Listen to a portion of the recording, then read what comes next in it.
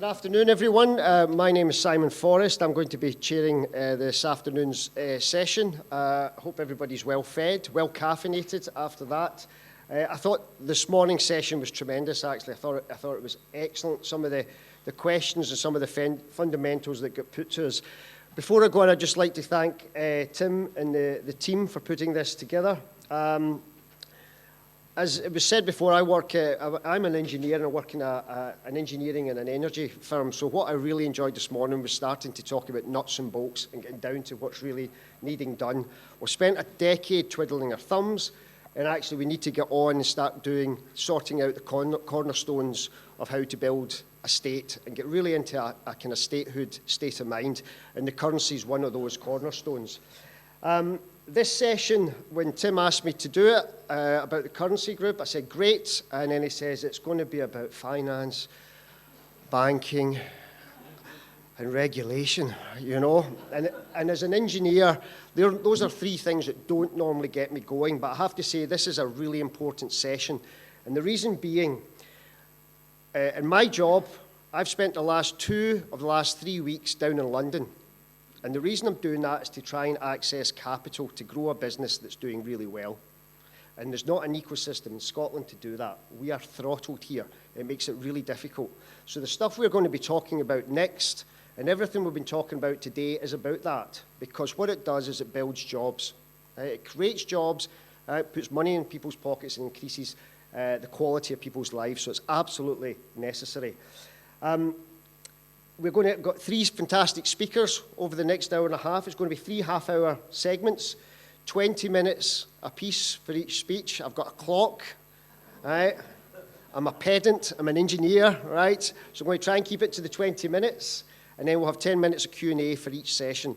But it's my pleasure to introduce our first speaker, David Clarke, who is the chair of the European Movement in Scotland, and he campaigns for Scotland to re-enter into Europe. He's got a long career in financial services, covering Scotland, UK, Ireland, and of course, Europe. So with no further ado, please welcome David up onto the floor. Thank you.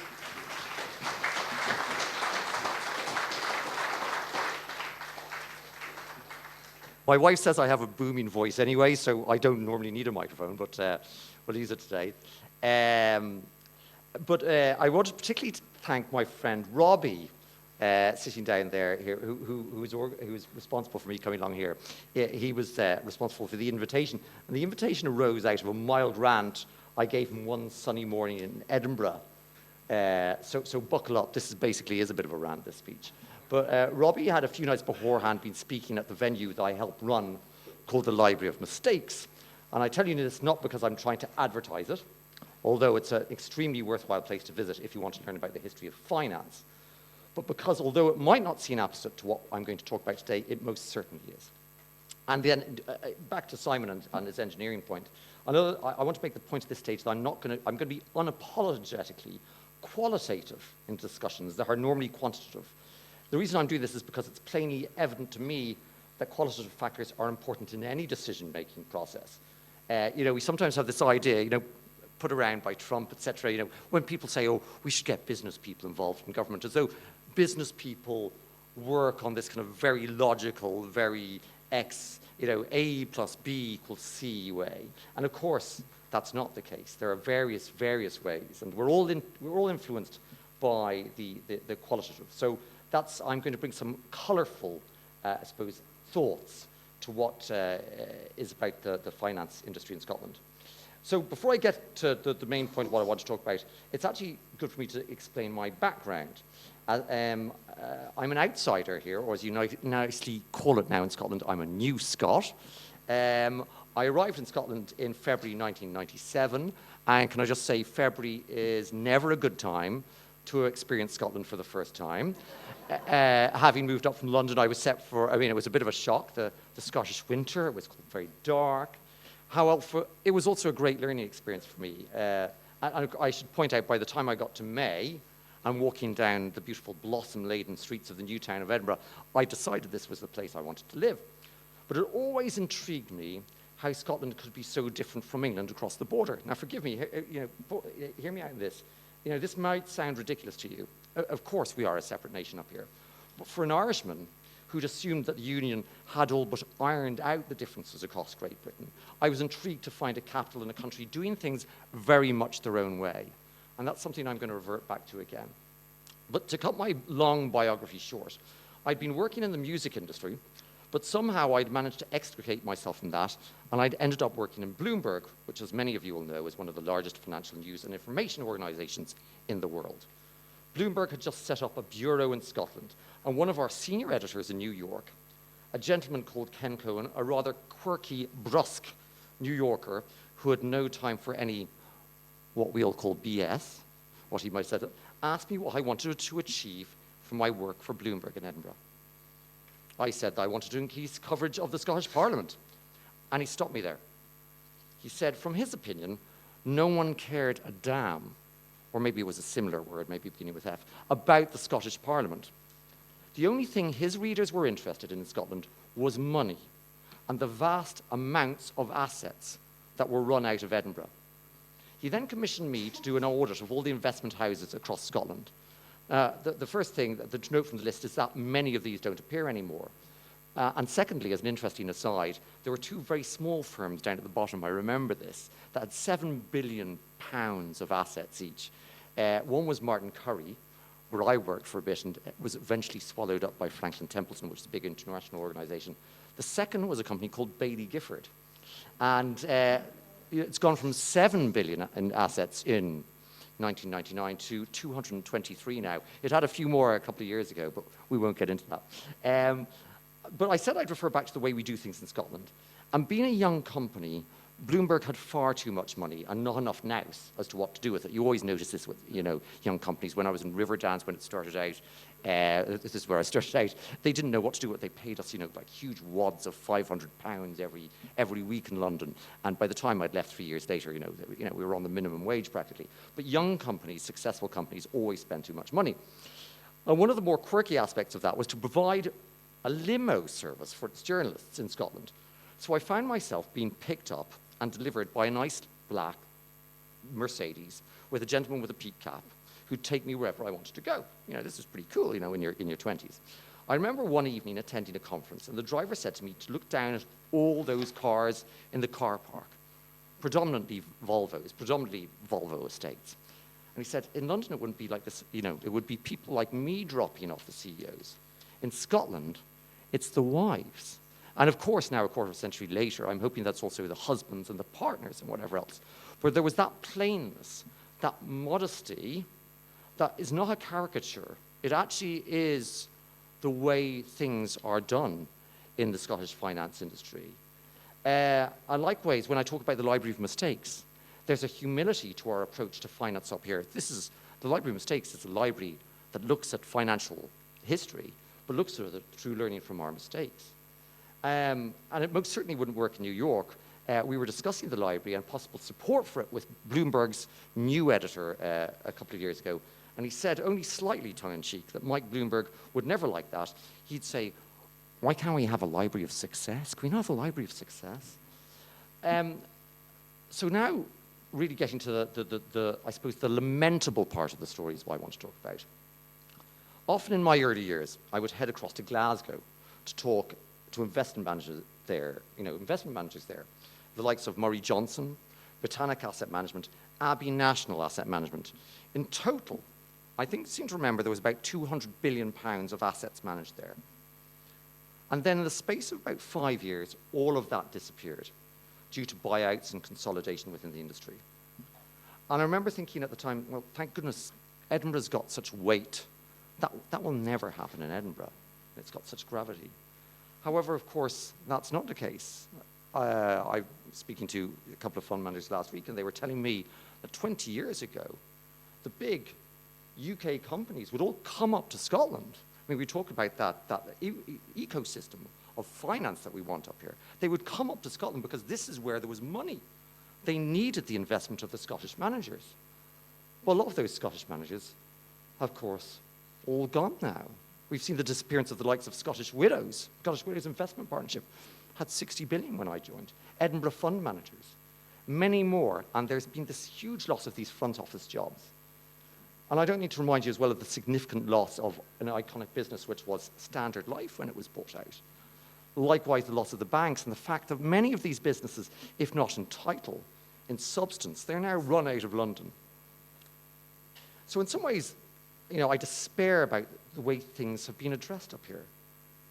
And I hope you'll forgive an Irishman coming along and mildly scolding a Scottish audience. I think, we rested on our laurels in Scotland for far too long. It bothered me about, when I was a journalist, that this number would be bandied about that Scotland was the 6th largest investment centre in Europe. No evidence whatsoever. I was brought up in a journalistic background where you actually try to cite things. But the more key point is why I'm following on this. I went in to see a senior leader in finance about 5 years ago when I was trying to entice fund managers in Scotland and in Ireland to walk more closely together, because Ireland was tracking in a lot of business. And he said, we don't need to bother because, and this was the words he says, everybody knows that we're the 6th largest investment centre in Europe. There was this old thing being bandied again. And of course, not everybody knows that. And I knew this because I'd been at an event in another part of the world, I think maybe about a few months beforehand. And the person had asked me there, does Scotland have a finance industry? And again, I have another point that, about resting on laurels. He said that, we're in competition with Dublin. I thought, no, Dublin's not in competition with Edinburgh. Dublin's in competition with Frankfurt and Paris. That's where Dublin's aiming to be. So in short, to be honest, I don't think we are being honest about where we are and what we've lost, and also what we gain. And I also want to say as well, I think there's a lack of ambition. And sometimes, I hope you'll forgive me on this as well, distrust of the finance industry. I believe the finance industry is key to Scotland's growth, key to our future here. But it's obviously, it attracts some bad press sometimes. Not so much out of Scotland, although we've had some, but not so much out of Scotland. So I've tried to make my business to let politicians of all backgrounds understand the strength of the Scottish financial industry. But I don't think they understand how important it is that we have senior jobs in Scotland. And again, that lack of ambition that doesn't understand or celebrate that, the people that we have and had more of up here who look after money. We've done very well in Scotland, can I say, in recent years in attracting asset servicing businesses. But as a senior fund manager said to me once, these are jobs that can fly away with the wind. If another location in the world, for example, India, were to come along with a better, these jobs can go very, very easily.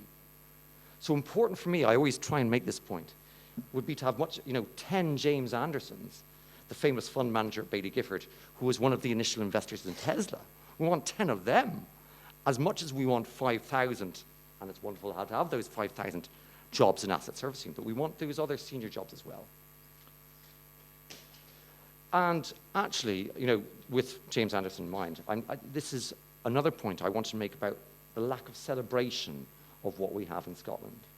I'm well aware that Mr. Anderson's investment style has waned somewhat in recent years, but that doesn't diminish his importance in the industry. And about 2 years ago, he appeared as the subject in a very, I don't know whether any of you read the FT at the weekend, and they have a column called Lunch with the FT, where they'll interview very, very interesting, very high-level people. And they interviewed James Anderson. They took him out for dinner, and they had a page spread. This was it's one of the most read columns in the FT. So here's a man who lives just down the road from me in Edinburgh, being lauded as one of the most important investors in the world. And as far as I could see, no one up here was taking any notice about this.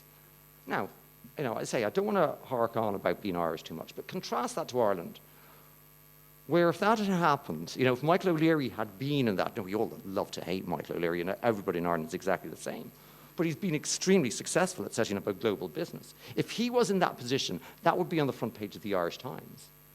And similarly, when Standard Life was sold, in Ireland, that would be seen as a national tragedy and the prompt for national soul searching, and yet it barely hit the register here. That lack of ambition in finance was made even more starkly to me when I was talking to an official once. I said, how are things going? How how are we doing in terms of attracting inward investment? And he said, we've had a wonderful year. We've come second in one of the big four, I can't remember, one of the big accountancy firms does a survey of investment locations across the UK. He said, Scotland's come second. And I said, well, why is that great? Because I assumed, Scotland after London would be. He says, well, we came third last year after Leeds, so it's nice to get back into second place again. And I thought, if that's a mark of success. So I just want that to sink in. In a country where the investment industry was jointly born, really, one of the early investment trusts just down the road here in Dundee, Fleming's. In a country with that history, with a country with so much great insurers, that we have this attitude. So, even I knew 30 years ago that Scotland had a great finance industry. My wife, she came from Dublin over here to study to be an actuary. Her father-in-law came over before her to study to be an actuary. And when my father-in-law began working at Scottish Widows in the 60s, he said there were several hundred actuaries in Scotland, and there were just 10 actuaries in Ireland. Now there are 2,000 actuaries in Ireland, and fewer, I think, in Scotland. So my point I want to make is attitudinal. We have to accept that there's a problem to fix. But here's the good news. All is not lost, and we do still have that critical mass. Baillie Gifford, Walter Scott, very encouragingly, many new small independent houses that hopefully will become the fulcrum of our renewal. But we can't be complacent. Again, I hate to cite the model of my own country, but Ireland is relentless in its inward investment strategy, out there advertising the whole time to get people in. It's built up an asset servicing business over the last 30 years in the docklands of Ireland. Before that, Ireland didn't have a financial industry. And I remember one of my other speakers came up to me beforehand, pointing out the statistic that Ireland has an astounding number now of assets under administration. Now, don't get me wrong, this is assets under administration. This isn't the business I'm talking about that we want in Scotland, or the business I'm talking about now. But still, Ireland has done incredibly well. It's one of the top centres for this. And it's played the Brexit debacle extraordinarily well by making itself the headquarters for lots of businesses from the UK that want a business in the EU. And again, to show that determination, I was at a conference in Dublin about 6 years ago, and I remember the Prime Minister of Ireland standing up in front of an audience of executives that they'd flown in. It was a joint FTE conference, and saying, I will do anything to get your business here. I will do anything. And here's the head of the Inward Investment Authority beside me, okay? You catch him, any problems at all, you come to me, and I will help you get in. So it really is, as I say, a matter of attitude and ambition. Now, I know it's not, or renewal is not as simple as that. But to revert back to my earlier point, this is a qualitative point. It's a good place to start, to be ambitious, and to say it's a central policy of our government and our political class to maintain and grow the finance industry at the highest level in Scotland. We have a finance sector that's complementary and different to that in London. It is different to that in London. And may I say it's much more in tune, I think, with current thinking about sustainability than its counterparts elsewhere. And in fact, I was just on a Scottish Government working group to encourage that kind of workings in Scotland. We can attract much talent here because we've got the resources, we've got the companies, we have the educational institutions, we have the lifestyle in Scotland that attracts younger people these days. So really, I just wanted to end this to say our government up here in Scotland should be working with Westminster, Labour as well, who've said they want to encourage the financial centres around the UK, to ensure inward investment is focused on renewing those particular aspects of our finance sector up here. But I hope I made clear, it starts with us in terms of our pride and our ambition and our hunger for what we want. Thank you very much.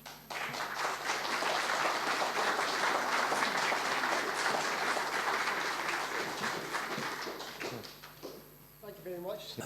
How much do you think that the mainstream media, the television, not promoting what's happening here. I mean, like Standard Life went, pardon the French, tits up, and it was just, oh, Standard Life's just gone, and that was it. Yeah. Nothing about this is a tragedy for Scotland or anything. You know, I've been here long enough, okay? I consider myself Scottish now. I tell my kids I'm Scottish. I agree with you, but, you know, were we having enough conversations in the cafes saying, my God, did you... I mean, one guy came to me who used to work, who's the head of PR at another fund company, came to me and he says, this is unbelievable, he says. You know, if this, you know, why aren't we holding our heads in shame? Why isn't the Scottish government saying, we'll do all we can to keep the business here? Why didn't that happen? So I agree, I agree, but there's a responsibility. I suppose that's the point of what I'm trying to say, is there is a responsibility on all of us to value what we have. And I suppose that's maybe the outside thing, because I was amazed when I came to Scotland to find all these institutions. You know, St. Andrew's Square in Edinburgh, Scottish Providence, Scottish Life. They're all there. They're all gone now. It's all restaurants now.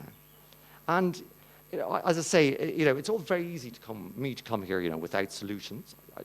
You know, but the first solution in any problem is to identify the problem and to say, you know, well, let's recognize and what can we do. But you make a very good point. It should have been more widely done, but I think there's a responsibility on all of us to do that. Sorry. Yeah. Hi there. Hi, David. That was a great speech. I feel like I've been wanting to listen to that for 20 years. I've worked in the financial sector and in asset management. So a couple of things. Scottish Life, Standard Life Investments, I used to work for them. There was a disastrous marriage with Aberdeen. But I'm conscious that actually that was almost like a homegrown disaster, you know, built in Edinburgh, you know, and then ultimately destroyed in Scotland as well by two leaders I won't mention. Also similar, Walter Scott, you know, they are successful, but on the morning of the referendum after 2014, I know there was champagne and bacon rolls given to all the staff there, celebrating the no win. How does the financial sector leadership recognise Scotland's worth in this industry? I often fear at that very senior level, they're not seeing the bigger picture in the basis of the country and how it all operates. How can we generate more ownership and long-term thinking? Okay, well, firstly, can I just, obviously, the opinions expressed on certain companies, you know, we can all make mistakes, you know, but you know, on that particular issue, I'm not going to comment. But in terms of, is your point about basically that the Scottish industry is too, it's not focused off on, I think that's an issue, but I think as well there's been that lack of, there's plenty of fundamental, I mean, I'm surprised at the number of people in finance because I thought it was a predominantly unionist-minded community. There are quite a number of people, you know, well-known people who would seem to support Scotland's independence. But you know, it's kind of it's not really the point, I suppose. My point is that it doesn't matter, you know, whether you're pro-union or pro-independence. I mean, like, this is great for Scotland, and whatever you should believe in it, and whether Walter Scott have, you know, champagne, toasting, referenda results. They can do what they want on that, but we can, you know, this is one thing where we can all work together, you know. I think I do think, though, possibly that there hasn't been the conversations that we want to have, and I think if it's on the basis that, look, we're all in the same place here. It doesn't matter what your politics are. We're in the same place. We want Scotland to thrive as a financial centre. I think that would be a good place to start. So, very good point on. Hi. Two questions. One is, what was it that prompted the exodus? You know, you describe a lot of firms leaving. And the other one is, you're talking about the kind of slightly iffy feelings Scots have about money, fundamentally. And just thinking about inward investment, for example, I mean, yeah, we are, whatever we are, second in inward investment. What people are seeing on the ground a lot of the time is, well, why wouldn't that be the case? Because we are the Wild West. You know, we've got the best resources that you might want to invest in, probably in Europe, and hardly any regulation of it. So many communities find themselves in fuel poverty, for example, while there's huge investment going in by the state companies of Nordic nations. in hardware to extract the wind to go somewhere else. So all of that feels extractive, and the worry is that the finance community is embedded in an extractive economy, which many of us feel really worried about. Just to answer the second question first, it might well be the case, but I suppose my point, and I'm not trying to say that it was an angelic industry beforehand, but it did believe fundamentally in looking after people's money. That I think was a difference to, especially the way the city has gone post-1980s, that this was a place to make money. There was a responsibility to look after people's money. So to answer the second point, it can be extracted. I mean, like anything, like any industry, there are good aspects and bad aspects. We want to encourage the good aspects of it and discourage the bad aspects. On your point about what happened, I mean, it's fair to say these are global trends in the industry that did this.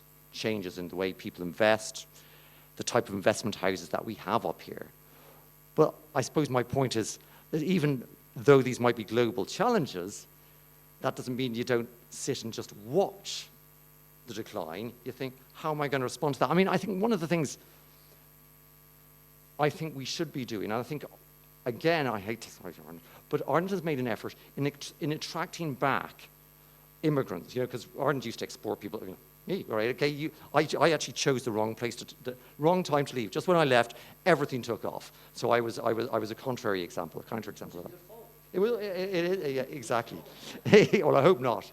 I hope not. But one of the things Ireland has tried to do is try and encourage back people who've gained experience from a specific project to get people back from London, Zurich, whatever, bring them back and get them working in Ireland.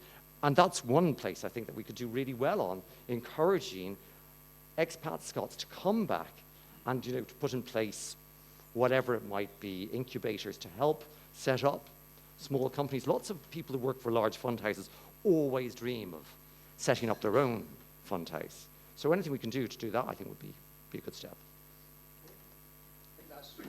Great. Oh, thank you.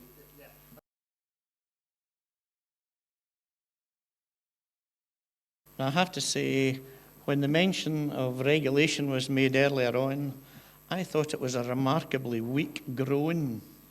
I think you could do an awful lot better than that.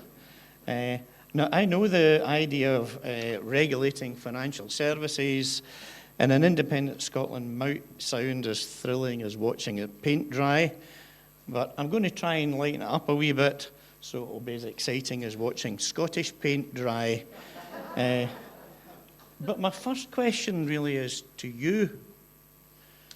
What is it you really want? Do you want independence? Do you really want it? Do you just want a wee bit? Okay? Because if you really want independence, there's a piece of work you need to start thinking about. And it's not dissimilar to what you'll hear in the rest of the conference in relation to currency or to payment systems, because if you don't have control of regulation in your own country, you don't have independence. It really is that simple. At present, all regulatory activities for financial services are directed and enforced from London. The rules governing our financial sector are created and they're managed from London.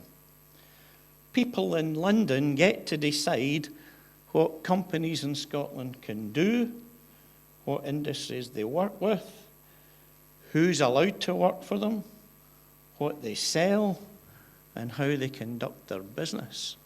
Take a moment to think about that. That's a level of control. If we want to be independent, we need to empower the Scottish Treasury to control the Scottish financial sector. We want to avoid the crashes that seem to recur from time to time.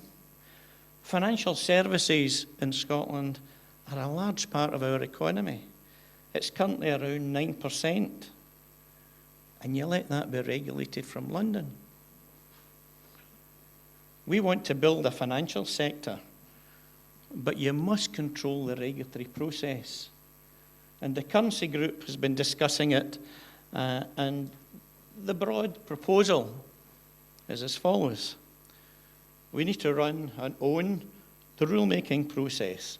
It's essential that Scotland assumes responsibility for creating and enforcing the financial regulations. And the proposal is that you maintain the existing regulations.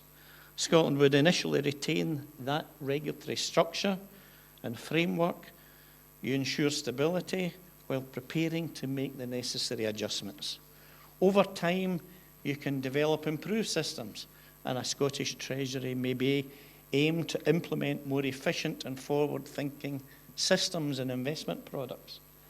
You can drive strategic investment, and this newfound control will allow us the key channel investments into projects that stimulate and sustain our economy. E.g., you might use special tax incentives for pension funds. You might underwrite investments that are being made into green projects, or renewable projects, or things that develop our economy.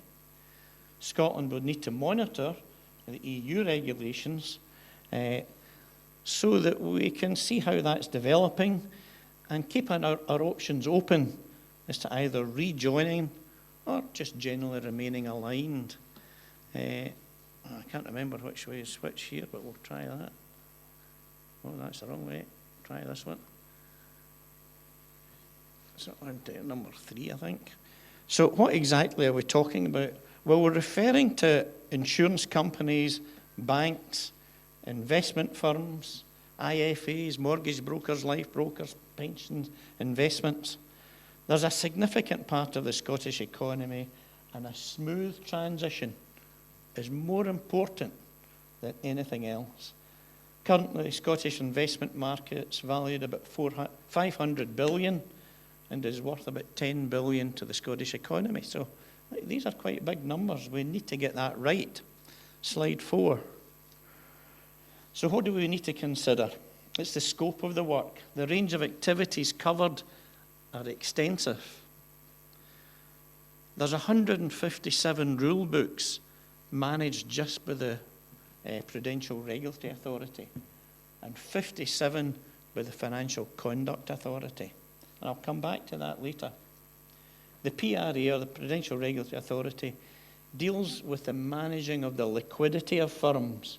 So that's the people that manage, that monitor the boards of companies to make sure that they're monitoring the finance of that company. The FCA is the Financial Conduct Authority. They're the people that deal with market practices, how they retail products, how they sell the products, how they advertise the products. So there's 2 kind of levels of regulation in there. But if we're to be independent, we need to control them and what's happening in our country. We need a plan for the transition, and we need to retain the existing commercial links. We need a plan for the future to reinstate links with the EU and maintain the existing links as we're going forward. Slide 5. I can't see any numbers on there, I'm sure there are. Right, we're on to the one with circles. You got one with circles? There we go, there's the one with circles. What I've tried to do here with my crayon is to show roughly what I want to do. You have the EU market, UK market, and the world market. We're going to pull the Scottish market out of the UK market, but you need these arrows to continue working. Okay? You need to continue the access to all these markets at once. As I mentioned, there are 2 key organisations, the PRA and the FCA. PRA, 157 rule books, and this FCA, 57 rule books. These are a lot of rules. Given the number of regulations, we have to accept the status quo when you transition. But there's a number of key indirect regulatory organisations you need to look at. You've got Information Commissioner, the Financial Reporting Council, the Serious Fraud Office, the Competition and Markets Authority, the Payment System Regulator, Pension Regulator, HMRC, Office of Financial Sanctions, Financial Ombudsman, Advertising Standards. You have associated professional organisations like the actuaries, accountants, Chartered Insurance Institute, Securities Institute, Institute of Bankers. They all use the rule books that are set by the PRA and the FCA. There's the payment system regulator, you'll be hearing about that later, not to mention HMRC, the Office of Financial Sanctions, the Financial Ombudsman, who ensure firms comply with tax obligations, sanctions, and the fair treatment of customers. Even the Advertising Standards Authority, the people that control what goes on the TV, actually have an input here because they make sure that the rules comply with the Advertising Standards Authority. The rules set by them are a high-level basis of the FCA rule book. All of these entities together create a complex and yet essential network to ensure that financial activities are conducted in a safe, fair and transparent manner. All companies monitor and follow the regulations set. Where are they set? London. And they follow what's happening at the PRA and the FCA and all these professional bodies. They'll adjust their rules in line with these two bodies. So all these professional organisations, though they seem independent, these are the rules they follow. We need to have a separate regulator in Scotland to provide the rules and guidance for these organisations. Right, move on to slide 7. Oh, have I got the clicker? Right. 7, there we go. So my high-level warnings is when Scotland becomes independent, all sorts of financial services will lose their current regulatory oversight. When you become a different country, you're not regulated by London. Do you really want all your banks being unregulated? Because that's your default position. So you need to set up a regulator to manage that going forward. Do you think London does it effectively? There's all sorts of issues in there, isn't there? Scottish-based firms will want to continue operating here, while firms registered in England will want to maintain their presence in Scotland. So you have this cross-border thing going on that you need to maintain. Scottish firms will need to ensure they can continue to operate in England. You know, Standard Life won't be very happy if they can't sell down south, which they might not be able to because the UK regulator, or our UK regulator will say, do you have a home state regulator? And if the answer is no, you'll not be allowed to trade. We also need to consider the impact of Scottish firms operating globally, particularly in the EU, where there's an expectation of home country regulation. So when you get into Europe, or even if you just want to trade in Europe, the expectation is you're complying with your home state regulations. So you need to have a home state regulator, and their rules will be assessed against EU regulations before you're allowed to operate. Now, Scottish firms might be allowed to maintain their existing registration in overseas territory, including England, but managing their solvency then becomes an issue, because the way solvency works is, if you operate in Germany and you're regulated in the UK, in Germany, they'll say as long as you comply with the German FCA, you're good to go, because they assume the PRA are regulating your home state firm. If you don't have a home state regulator, well, you'll not be operating in Germany. Alternatively, you need to apply to Germany to get permission to sell there, and they'll want to monitor that firm. That's a whole new hurdle. Now, many firms already navigate these multiple foreign jurisdictions, so the transition's not as huge as you might think. It's actually quite common. It works all the time just now, but it works because all states have a regulator, and everyone's assessed the other country's regulator, so they know how well they regulate and whether it's working. So how do we get through this? And the answer, I think, is by cloning the current system so that we operate another FCA and another PRA. Sounds like duplication, but that's how you do it. You pull over the rules with it, and the firms themselves will see no real change to how they apply these rules. As I say that, I've got some key concerns, and I've kind of listed them here. And it's trying to jump in and amend the regulations when the proposals come from people virtue signalling or they don't understand the impact. See if they're not from the industry, don't listen. Just pull over the rules. You don't want any nonsense when you're pulling the rules over. With any project that you're running, the biggest issue is dealing with, I was going to say Murphy's Law, but I don't want it. What do they call it in Ireland? Where is he? I'm sure they've got an equivalent in Ireland.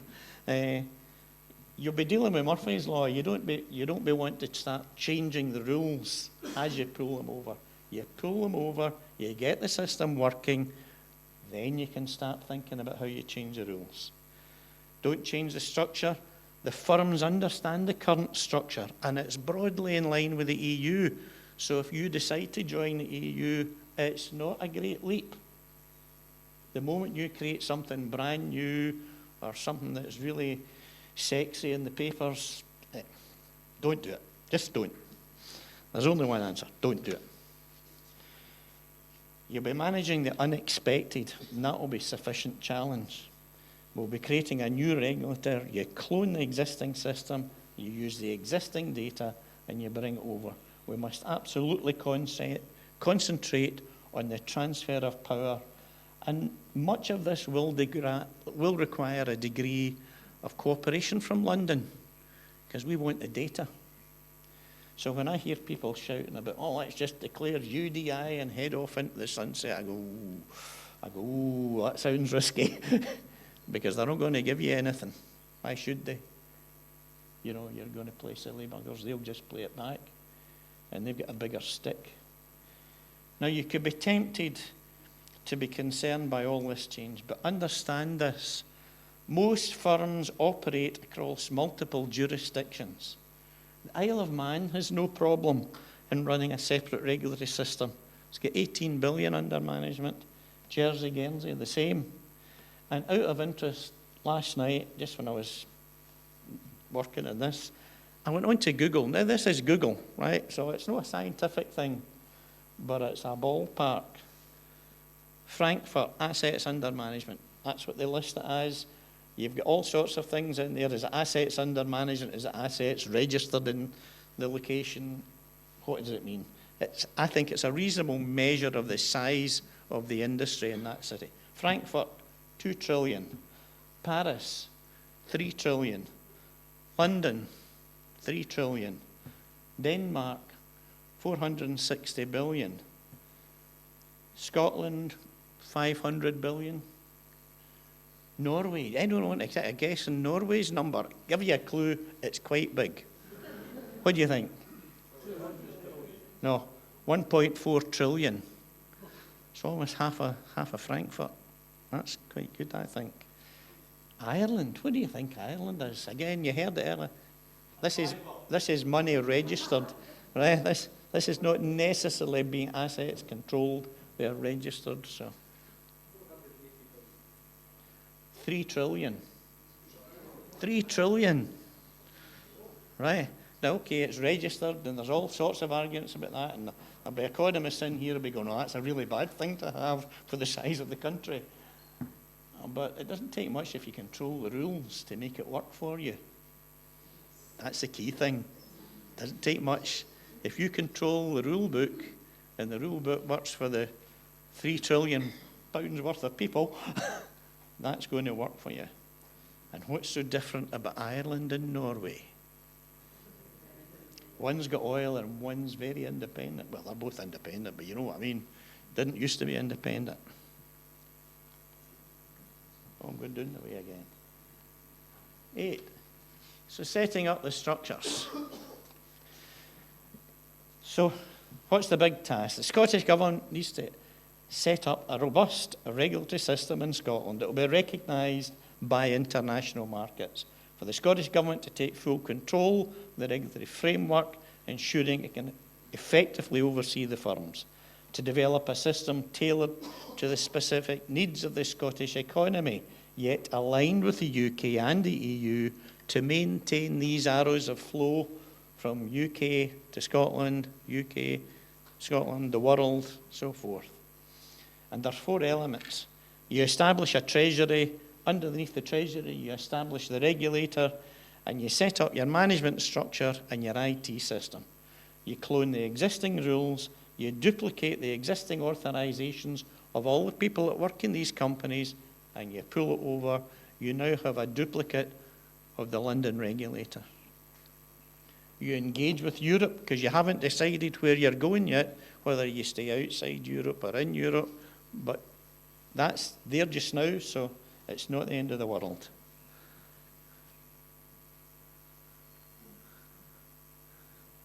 Christ, I'm going to do it again. 9. You manage the existing firms and the individual activities, and once you're satisfied that new system's working, you start thinking about all the shiny new things you want. You do not do it until your system's working. I don't care how tempting it is, don't do it. Right? You task that regulator with mapping out the route to EU alignment, because we don't know what that'll look like, and you won't know until you get to that stage. You allow the industry to contribute to the mapping process, because they know what they currently do. You don't go and ask Joe Bloggs off the street what he thinks about it unless he works in the industry. You need somebody that has an inkling. Now, you always run the risk they'll give you something that works for them. Well, that's human nature. You talk to enough of them, you'll get the right guidance. You map out the potential changes with the industry, taking into account the impact of the Scottish market, the UK market, the EU market, and the world market, because you need a big picture in there. By doing this, firms can continue operating across Scotland and the rest of the UK under the same regulatory frameworks, and there's no change. From Indy Day, and that's to be decided by the government, these firms will pay their fees to the Edinburgh Treasury as opposed to the London Treasury. And that's got to be decided by the government. But the rules will stay the same. Indy Day, you cease mirroring. Now you can start, from day one, you can start thinking about the changes. Okay? The future, what does the future look like with it? On the day agreed, the London government, probably Independence Day, regulation ceases, regulation in Edinburgh starts. The Scottish Treasury and the industry starts to think about where they're going. The Scottish regulator, in partnership with the industry, should review and potentially amend regulations to align with EU standards, should Scotland pursue EU membership. In addition, the Scottish regulator can work with the Scottish Treasury to develop appropriate new investment vehicles for both commercial and retail sectors. And I picked up on something this morning about the Italian Ministry of Possibilities. I didn't have it as a ministry. I had it as part of the regulator's task to work with the Scottish Treasury and decide what's going to happen here. And the Scottish Treasury can then say, we will give tax incentives for, think of your investment ISA, right? We'll give you a 20% discount in your tax or a tax enhancement if you invest in the new investment ISA. And they can underwrite it, provided they're investing in certain sectors. They're doing the things that the government actually want to build and want to create. And there's a circle there that makes money and makes the country wealthier, because money flows in, it's invested in the right types of things, and it comes back. There's always be a few lemons in there, of course. You have not to get taken down by the fact a few lemons go wrong. And I'm not going to mention ferries, but you know where I'm going, because it happens, right? There's no reason Scotland, with European connections, rejoining the world, can't build a financial centre to rival London, as Dublin has done in the last 10 to 20 years. It's not taken them long. And this may go some way to explaining London's resistance to independence, because we cease to be part of London and start to be a competitor. I'll leave that one with you to think about.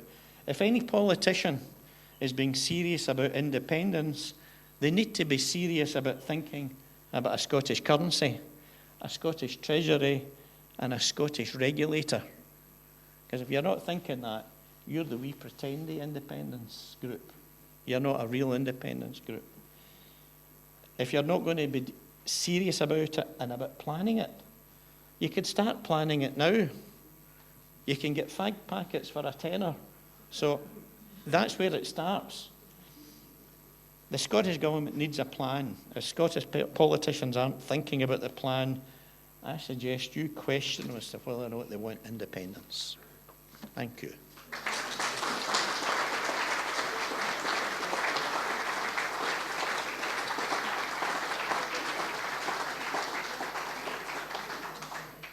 That was excellent, Andrew. Thank you. I can't believe I'm going to say this. Please don't tell anybody. I really enjoyed this.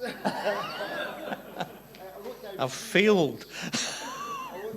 Do we have anybody in Scotland who's currently working with the regulatory system here in Scotland? So we've got that, and you were saying that why would London help us? Would that not be in their own interest in the first instance? And then the third bit is we're going to duplicate their system. However, we know that the financial regulation always is a dynamic thing, and somebody said it would take about 3 years for us to. So over that period of time, London could be changing the rules as we are trying to duplicate them. So those are all my 3 points. All the firms that are based in Scotland just now currently have staff who are involved in complying with the regulations, and they know the rules relevant to their type of business, right? There is a regulator's office in Edinburgh, and their job is to visit the companies in Scotland. It just saves them travelling up and down. They are not decision makers, right? They report back to London. That's the core. That's the core of where you start. Yes, this is a moving target. The day you pull it over from their computer to your computer, you're going to have to keep it the same as their computer. It's when you get to ID, you go, that's it, no more of their rules, it's now our rules. That's just talking about the road to EFTA, and question is, it revolves around the reason for Brexit, because the reason for Brexit was that people wanted to keep taking interest-free loans from Cayman bank account companies. And those companies are incorporated under limited liability partnerships. In Scotland, they're SLPs. So is that something that we need to start talking about amongst ourselves to begin with, to get that over, that we're going to have to change that, and the people that run in these businesses are going to have to get their heads round that they can't be stuffing their money in Cayman bank accounts anymore if we want to get into EFTA? There's a few things to unpack in there. The first one is the reason for Brexit, I would agree, was they didn't want to get caught up in German regulation that says you're not allowed to take bribes and hide money, right? They thought that was really unfair, and these pesky Germans, they are so systematic. I remember meeting a friend in Germany, and he said, you know, if the Russians want to invade, all they need to do is turn the traffic lights to red. Nobody's going to move. Because Germans like rules. The French think they're for guidance, and the Italians probably haven't read them. But I'm being racist there, sorry, I didn't really mean that. It just slipped out. So yes, I think Brexit was about breaking that so they didn't get drawn into it. I know that since when I was there looking at these rules on a daily basis, there were something like 30 levels of approved person in a company. Sounds like a lot, but you've got all the different types of board members, big organisations. You've got people with significant control in different areas. So there was about 30 of them. Last time I looked, I had gone down to about half a dozen. Somebody's tearing up the rule book, and I think I know who it is. I think we've got time for one more question, if you're okay with that. Thanks very much. I actually asked this question this morning, but I didn't really get the answer, you know, a full answer, simply because the guy wasn't up to speed with it. It's concerning the introduction of right-wing Tory free ports and how that, you know, that's going to be a big obstacle to, you know, to anything when we become independent, because it'll be too well established. You know, there'll be legal cases left, right, and centre. You know, and I'm just wondering what you think about the impact that will have, and is there anything we can do before we're independent, you know, to stop it or delay it? I don't think there's anything you can do before independence. Once you get independence, if you decide you want to stop a free port, you can stop it. You might, under international rules, have to give them some compensation. And I know it's either Tim Rideout or Robbie Mochries talks about Scottish investment bonds. I'd give them a handful of them and say, you're with us for the next 20 years unless you want to cash them in early. So yeah, we'll give you compensation, but I think these are just other ways of avoiding rules. So firms that are registered in these areas won't be subject to any rules. Excellent. Right?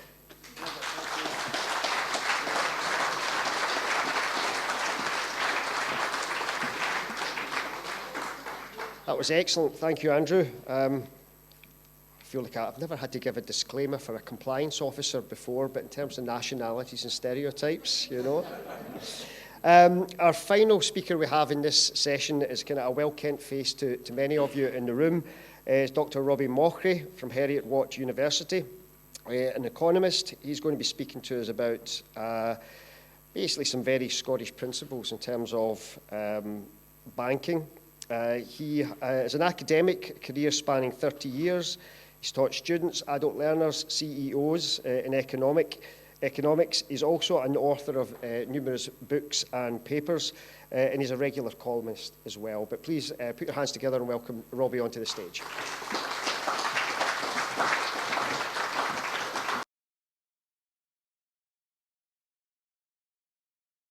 Very much, Simon. And yes, so I'm going to be talking, I've got here some very Scottish principles. You might recognise at least one of the buildings on the slide, but there's a story about them. And I guess before I actually start, I really need to do the usual stuff of thanking everyone who's been involved in organising the conference.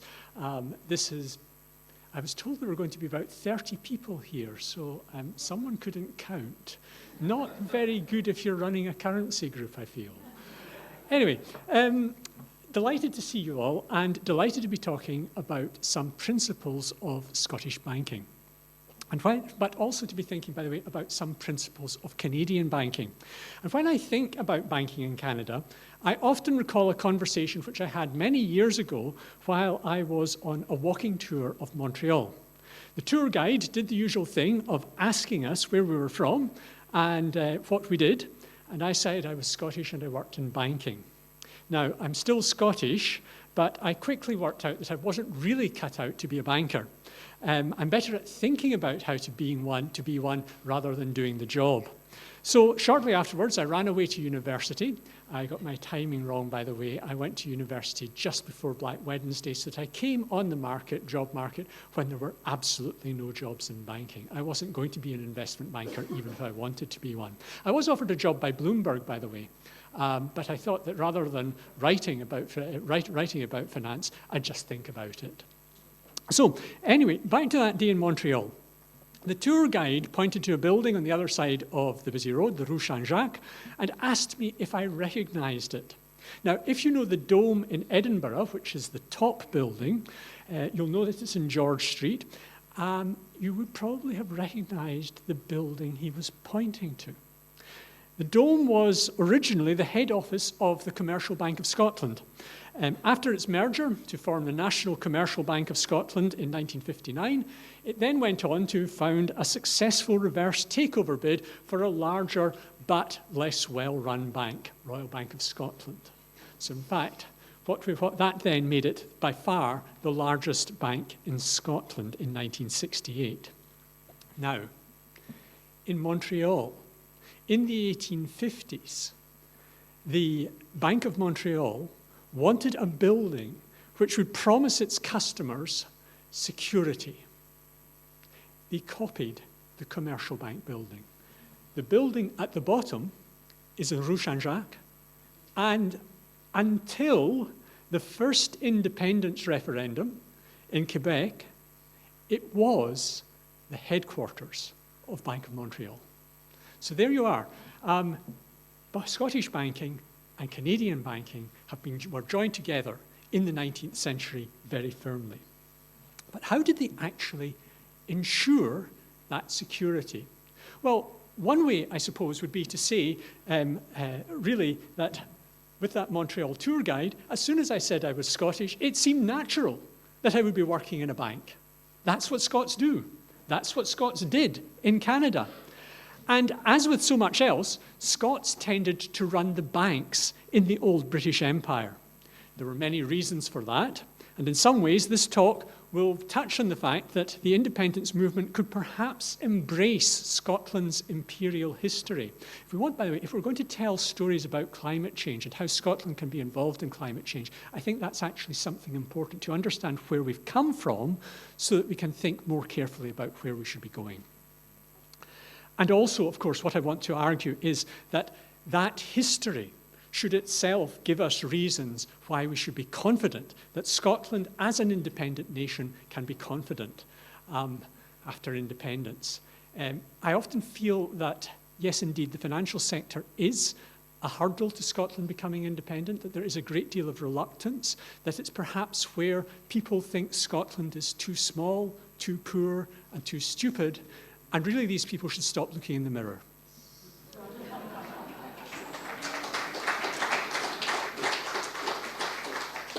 Now, coming back to history, I reject completely the notion that Scotland has been colonised. In fact, if anything else, we were colonisers. If anything else, we were so successful in the 19th century that we largely colonised England. You possibly know the old story about the man working in a merchant bank in England. He'd gone down from Edinburgh. After 6 months, his mother asked him what he thought of the English, and he said, "I don't know, I've only spoken to the main board, they're all Scots." And here's what we've got. If we're thinking about the empire itself, Tom Devine's estimate, Professor Tom Devine's estimate, is that the majority of officials in the British Empire were Scottish, even though at no time in the 19th century was the proportion of Scotland's population relative to Great Britain and Ireland, because as David would no doubt be aware, we included Ireland at the time. Scotland's population was never more than 1/8 of the UK total, and it was falling rapidly. Here, though, sticking to economics. Well, we've been talking about things as being dull and largely confusing. Regulation, you seem to like what Andrew had to say, so hopefully I can do the same things with economics. But let me just explain that one of the courses which I used to teach when I took it over had the title Financial Intermediation. It was good in terms of description. Financial intermediation is the process that economists recognize banks as doing. Put intermediation into Google search and it doesn't recognize it as a word. It's that obscure. There are some people and, so what we're thinking, banking itself, there are some people and organizations who have more money than they need just now. Banks allow them to park that money securely, but there are other people and organizations who need money now, so by lending it, banks give them access to money when they need it. It's a very simple model of banking.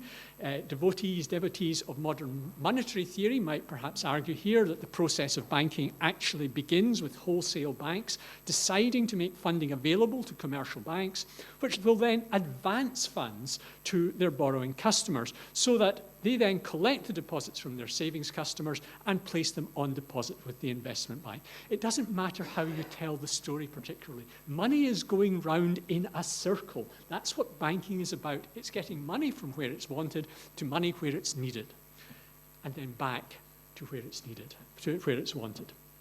So what we're doing here in the modern theory of banking, we emphasize, the starting point is to emphasize that saving and lending activities are separate but connected activities. Well, when I took over the teaching of that course in banking, I decided that what I would do would be to change the content slightly, but I would change the title of the course much more substantially. It became Money, Banking and Financial Crises. Suddenly, it became much more popular. I could promise my students that we would learn about what happened in the 2007-2008 global financial crisis. The short story in Scotland is we lost all our banking sector. There is no banking sector banks, or there are no banks registered in Scotland now, except Alba Bank in Glasgow, which is so small that quite possibly you've never heard of it. So what I would be saying as well now is, of course, that was a selling point 10 years ago, but now we're actually at the stage where students were starting primary school during the financial crisis. It's perhaps not so much a selling point. So my next version of it is, well, in the United States, the mean period between financial crises is 22 years, so come along to this class and find out what's going to happen in the early years of your professional careers. Now, for this version of the course, I was able to draw quite a bit on a lovely book by Charles Calomiris and Stephen Haber. It's called Fragile by Design. The book talks about how banking systems have evolved, tries to explain why some systems are more stable than others. And to simplify their argument very slightly, they group together France, England, and the United States on one side, and Canada, the Netherlands, Scotland, and Switzerland on the other. They think of the first three countries as traditionally having had very weak banking institutions, which have been prone to crises, and the latter group as having strong banking systems, which have been much more robust. In their version of the story, banking systems originated in one of two ways: peaceably, to finance trade, or militaristically, to finance war. I'll leave you to think about which of the two lists are the militarists.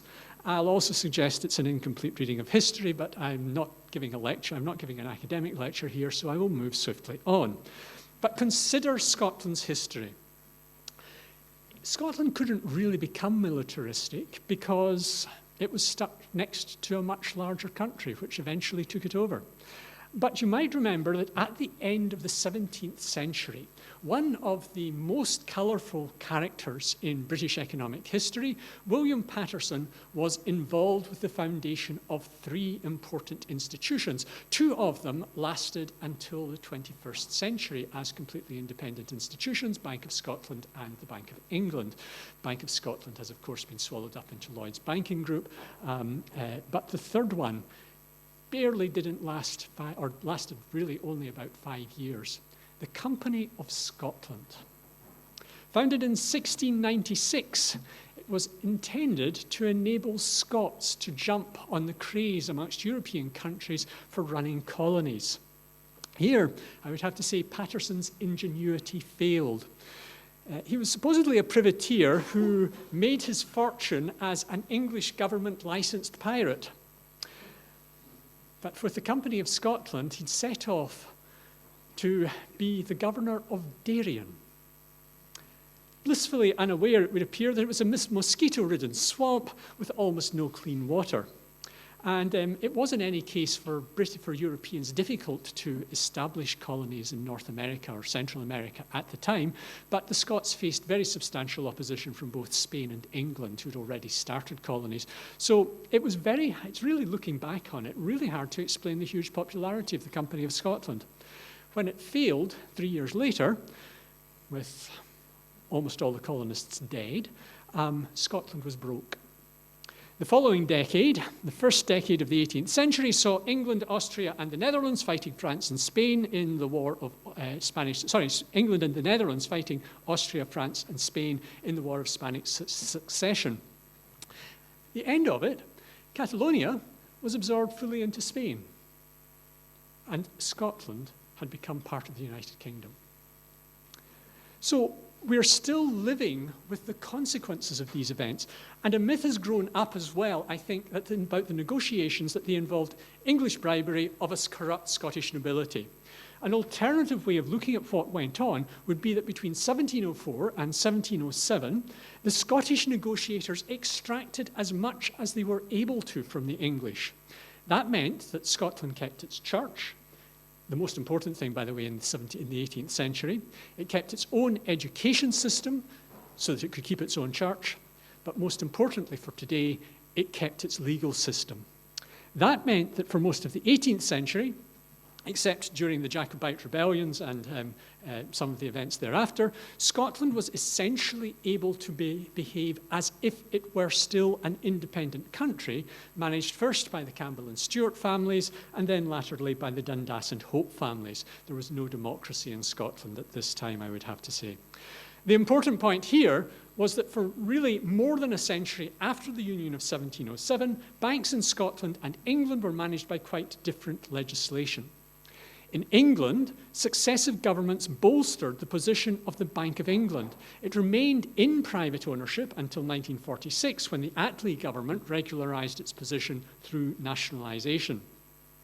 This really was the conclusion of a long process in which the Bank of England gradually became what we would recognise today as a central bank. When Andrew was talking about the Financial Conduct Authority and the Prudential Regulation Authority, he didn't mention these are in fact divisions of the Bank of England. The central bank's job in most countries nowadays includes the regulation of financial services. The Bank of England really only obtained oversight of the Scottish banking system in 1878 after the collapse of the City of Glasgow Bank in outright fraud. Now, this brings me, I think, to the important point in today's talk. In the 18th century, when Calomiris and Haber believed that the states made banks and banks then made the state, Scotland was a stateless nation. It could develop its own distinctive banking system, but that banking system would not be there to serve the interests of the Scottish state. Instead, it had to support the development of Scottish trade and finance. And that accident of history has had long-lasting effects. It explains how Edinburgh could become a major financial capital. It also explains the characteristic types of Scottish financial institutions. And indeed, before I go on to this, it also explains what David pointed out, the characteristic nature of Scottish finance. Scotland developed mutual life insurance offices in the first half of the 19th century. Investment management, and indeed mutual investment management, is something of which Scots have some claim to have been the world inventors in the second half of the 19th century, and became dominant in pension fund management throughout the 20th century. It's still the case that around 40% of UK pension investments continue to be managed from Scotland. So in that listing of activities, note the emphasis on mutuality and long-term investment. This, by the way, is a very good basis if you're wanting to do green investment. So in Scotland's financial sector, in other words, there has always been an emphasis on using finance, on using other people's money, as David put it, for social and economic development. Now, these later developments built on smaller differences between the structure of banking in England and the structure of banking in Scotland. When Paterson founded both Bank of England and Bank of Scotland, it was to meet the need of the government of both countries to issue debt. This, by the way, was a major advance in the 17th century. Until that time, the king borrowed money. During the Civil War in England in the middle of the 17th century, Parliament refused to advance money, so the king went and raised money himself. Even more in France than in England, the state, when it borrowed, had one simple purpose. War finance, two purposes, war finance and imperial expansion.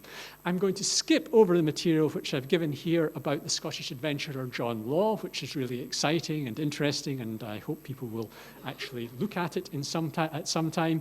But instead, what I'm going to concentrate in France and England vying for dominance throughout the 18th century. Montreal, Montreal, capital of Quebec. Go there, people still, the city is still divided into the French half and the English half. And so what we've got, that goes back to the wars of the 18th century. War of Spanish Succession was largely fought in the Low Countries. The 7 Years' War was largely involved fighting in India and North America.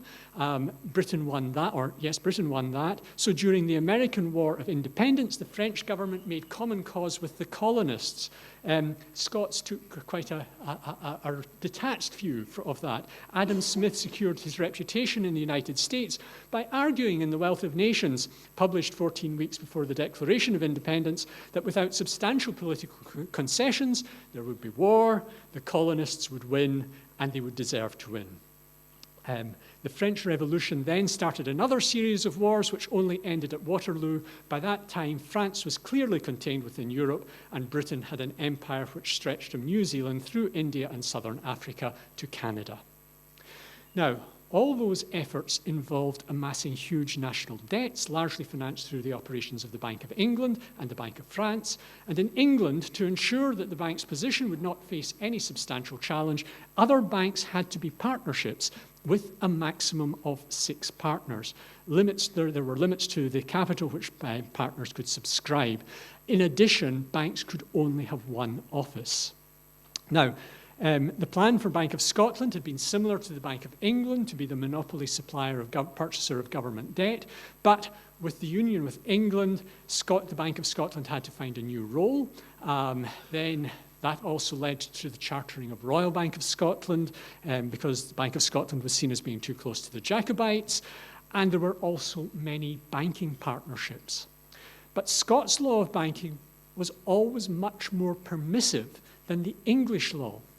There were not the same limits on the number of partners, there were not the same limits on the amount of capital which could be raised, and particularly importantly, there was no requirement of operation through a single office.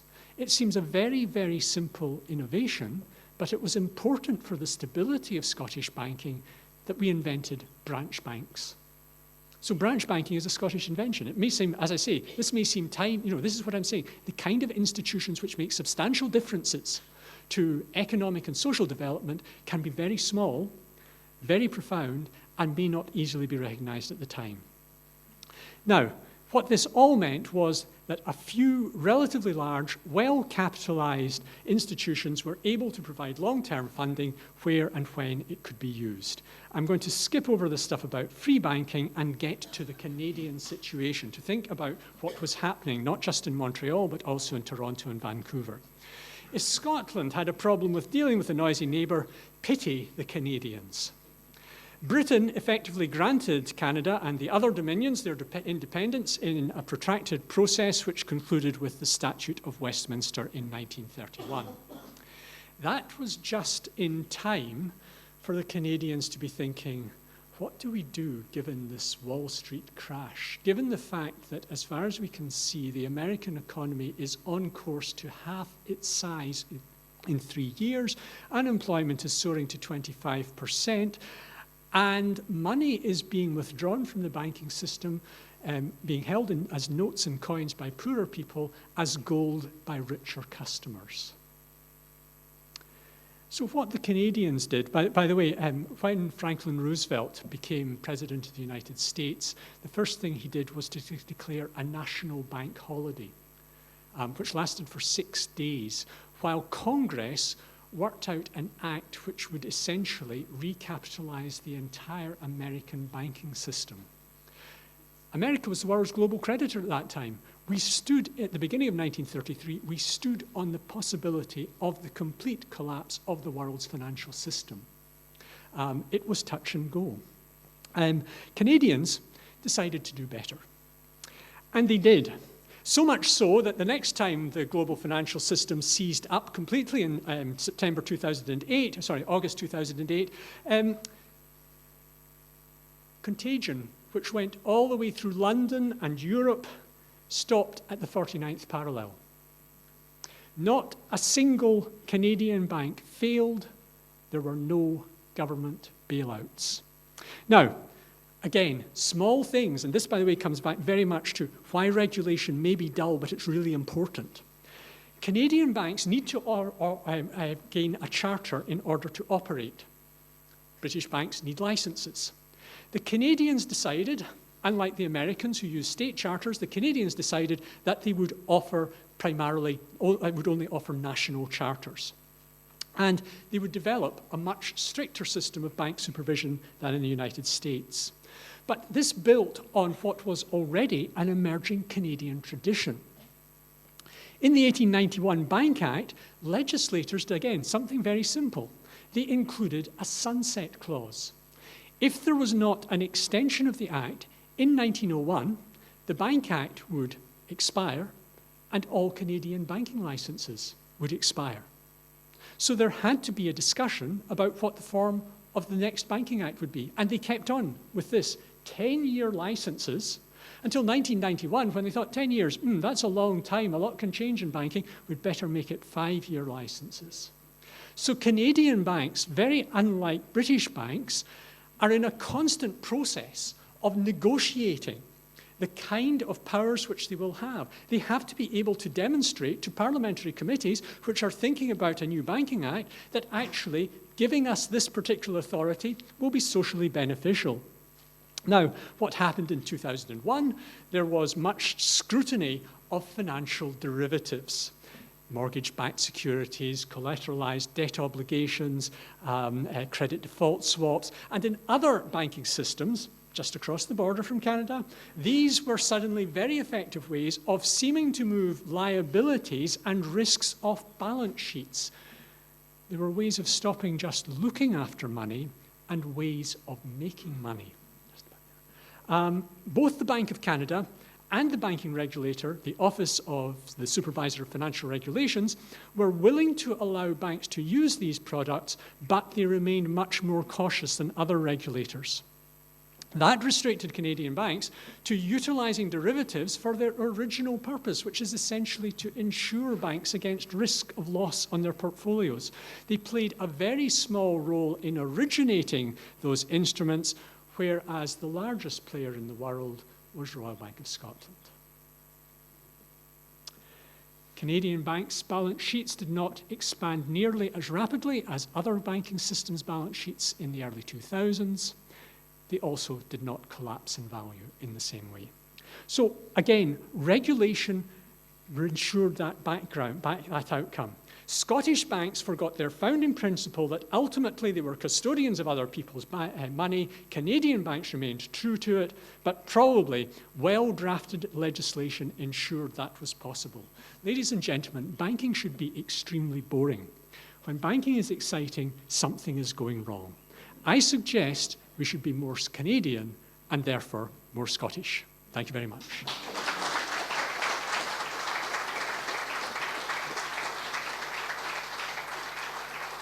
It's William from Scottonomics. I've asked him and he said it's okay for me to say a couple of comments. I used to work in financial services in London. I used to put conferences together for the British Bankers Association and the Council of Mortgage Lenders. And the last 3 sessions could have been at any of those events I organised down in London. So I think it's really important for us to have a slightly different perspective on what the financial services sector in Scotland actually is and what it does. Because I see that we've seen a very kind of positive position talking about how do we grow a sector that many people would view as extractive. And I think we have to talk about, in a new independent Scotland, how do we degrow this sector, not how do we grow it.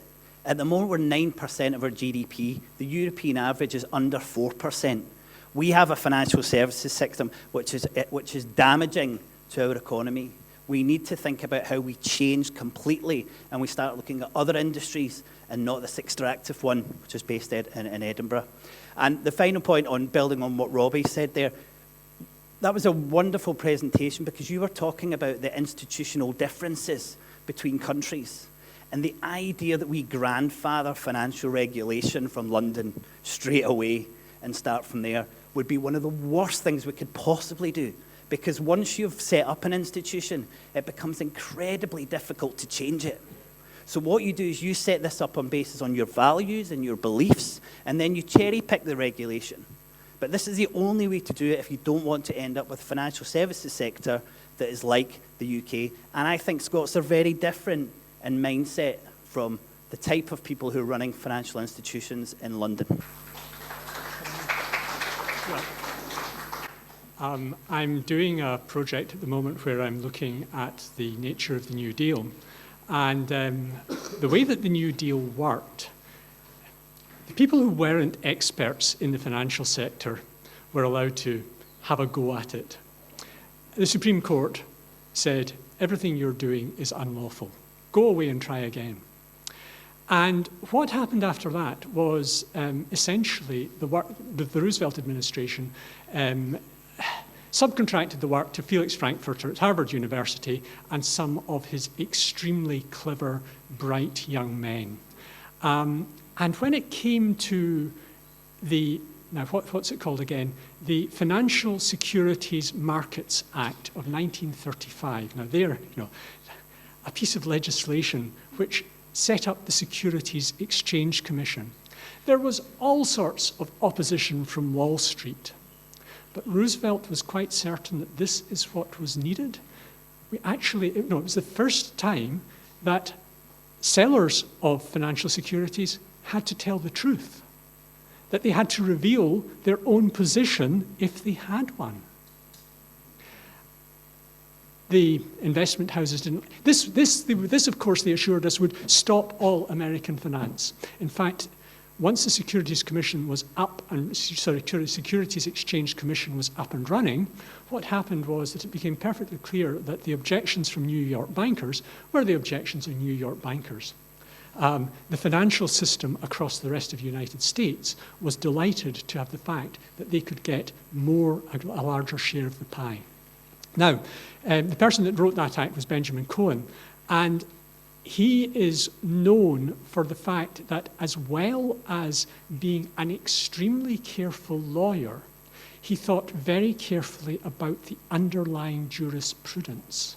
So he thought about what the effect of the design of institutions would be. Firstly, so that he could get something of the New Deal past a conservative Supreme Court. And secondly, so that what got past the conservative Supreme Court would do what the Roosevelt administration, which had the backing at the ballot box of about 63% of the American voters, close to 2/3 of the American voters, that what was popular would also become the law. And that laid the foundations. So, it's a long answer to your question, William, which is that yes, it's very easy to rush the barricades. And in fact, the Roosevelt administration started off, I said, people who didn't actually understand law, they got economists to do it and look at them, and we made a mess. So with this, I think that we've possibly touched on it a little bit, but these questions of regulation are probably going to need people who have much better legal knowledge than certainly I do, in order to be able to get what we want out of it. Very, very interesting, but very depressing. Banking and finance is there to do a lot of things, but in my world, it's there to support industry.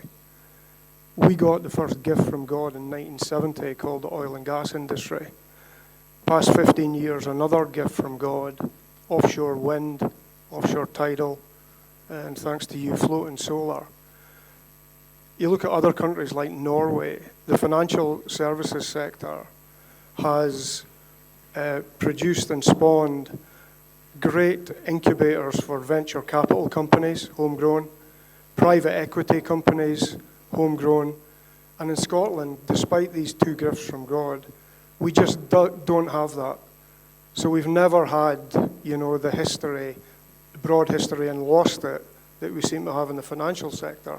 We've never had, despite these gifts, venture capital or private equity, and hence you spend 2 weeks or 3 weeks in London doing what you're doing to get money. Why? That's quite a large question, and I'll be quite honest, I don't have a good answer to it. But what I think is perhaps actually very important to realize is the extent to which finance tends to be a business which depends on concentration. Tiny areas, on concentration, so that people do business with each other. The idea, my word is my bond, that contracts weren't actually signed, they were sealed with a handshake, was an important part of the culture, or is an important part of the culture of finance.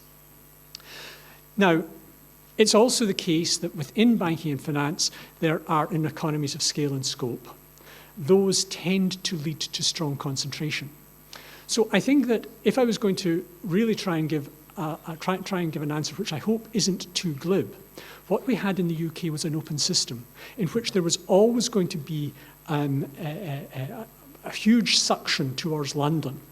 And that affected the way in which banking took place. If Scotland becomes independent, Scotland becomes a closed system. And it will become much easier to retain finance within that. It will also become much easier to retain the professionals.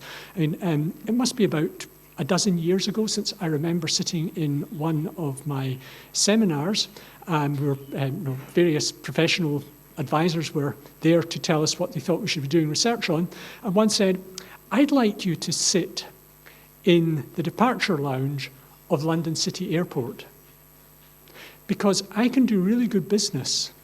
And in fact, he mentioned compliance as one of the things. There are all sorts of Scottish professionals working down in London during the week, coming back at the weekend to see the family, who would really like to move back, but there just aren't any opportunities. So you lose the people. It's a human-focused business. You lose the people, you lose the skills, you can't build the networks. And I think that that's one of the real problems, that people got sucked into London during the 1970s, 1980s, 1990s, during the period of deregulation, and Scotland lost out at that particular time. You're not convinced. Okay, I think we're going to have to wind it up there. Can we have a round of applause for Robbie, please? Thank you.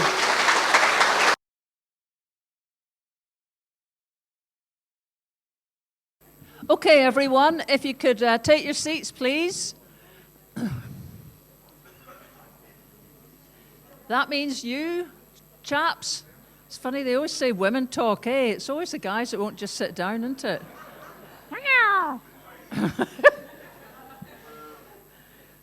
Anyway, my name's Leslie Riddick. I am not known for having any expertise in anything financial whatsoever. No idea why I'm here, but entirely pleased to be here. I'm just thinking a little bit about, some of the a lot about the previous sessions. People say every day is a school day. By gum, has today been a school day, isn't it? I'm thinking it would be good to know that actually you could see some of these sessions again. I see that they're being, I think, recorded or live streamed, because I must say there's some of them I would really need to just like to watch again. I mean, I don't know if you're the same. So in that light, just one thought about the ongoing Denmark discussion that was going on that Robbie Mochrie had, and it was sort of bumping around a bit. I mean, as well as the three things that was mentioned by our colleague, Ashley, from Aalborg, France, the other thing that really struck me about the Danes was that they took a really big strategic decision as a country in the 1970s when everybody hit the same problem with the OPEC oil crisis.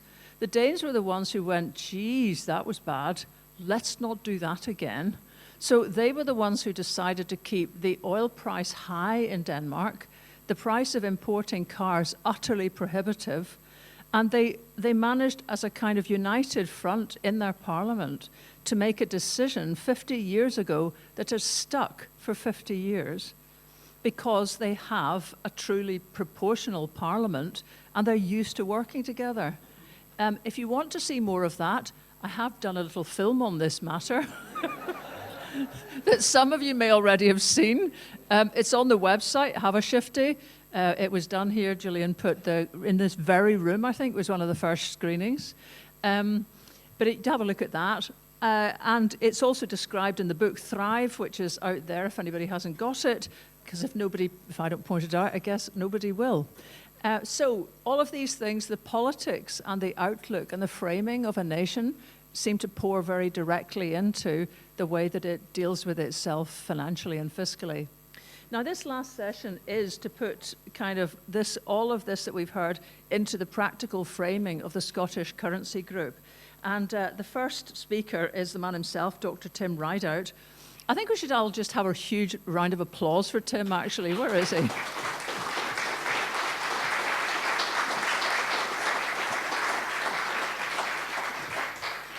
You probably know he's the director of XYZ Maps. He was brought up on the Isle of Man, which is fascinating. If you listen to a podcast that I did with him, we delve incredibly deeply into his personal backstory, something he obviously found utterly agonizing because he's better with numbers than his own incredibly interesting life history. But anyway, would you please welcome Tim to give us an overview?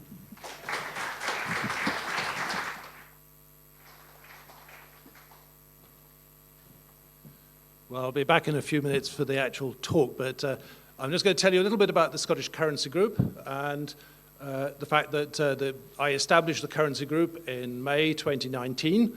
That was after I decided to challenge the SNP's adoption of the Growth Commission en bloc, which was proposed at the April 2019 SNP conference in Edinburgh. And it was a relatively close vote, but in a full card count of the delegates, we managed to win the vote and reject the Growth Commission's Sterling plan and go for the fact that Scotland needed to have its own currency as soon as practicable after Independence Day. And that means a couple of months, right, just to avoid any doubt about this. The next day, the SNP leadership was on the BBC saying that the conference defeat made no difference and they were going to carry on with the Growth Commission. Now, I realised at that point that there was a problem and that the only way that we were going to get a sensible policy was to appeal to people like you, the grassroots, the electorate, the Yes movement, and explain to you why having our own currency is a critical issue. And eventually, whether they liked it or not, the leadership was going to get dragged to that view. Now, we haven't quite got there yet, but the fact that we had Professor Lorenjoy this morning saying exactly the same thing, and as we've been saying, and that sterlingisation was the worst possible option for an independent Wales, perhaps this message will eventually get through. So thank you very much for supporting the Scottish Currency Group, coming along to our event. Keep spreading the word. Having a currency is just a normal thing that countries do. It's not very difficult. And I would also like to record our most sincere thanks, firstly to Norman Easton, who generously funded the PR team that's been working away in the background and will be doing next week, which has, for example, persuaded the Financial Times to sit in on the live stream, and hopefully they'll publish something about the conference. I think if the Financial Times are interested, we've maybe arrived to an extent.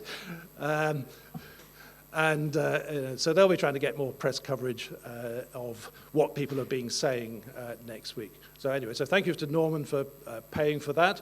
And obviously thanks also to the Scottish Independence Foundation, who were extremely generous in providing the funds that have allowed us, for example, sitting at the back in the back row there, lady you're going to hear tomorrow, Malin Johansson, from the Faroese Landsbanki, for example, that allowed us to cover her costs and hotel and so forth to come and speak to us.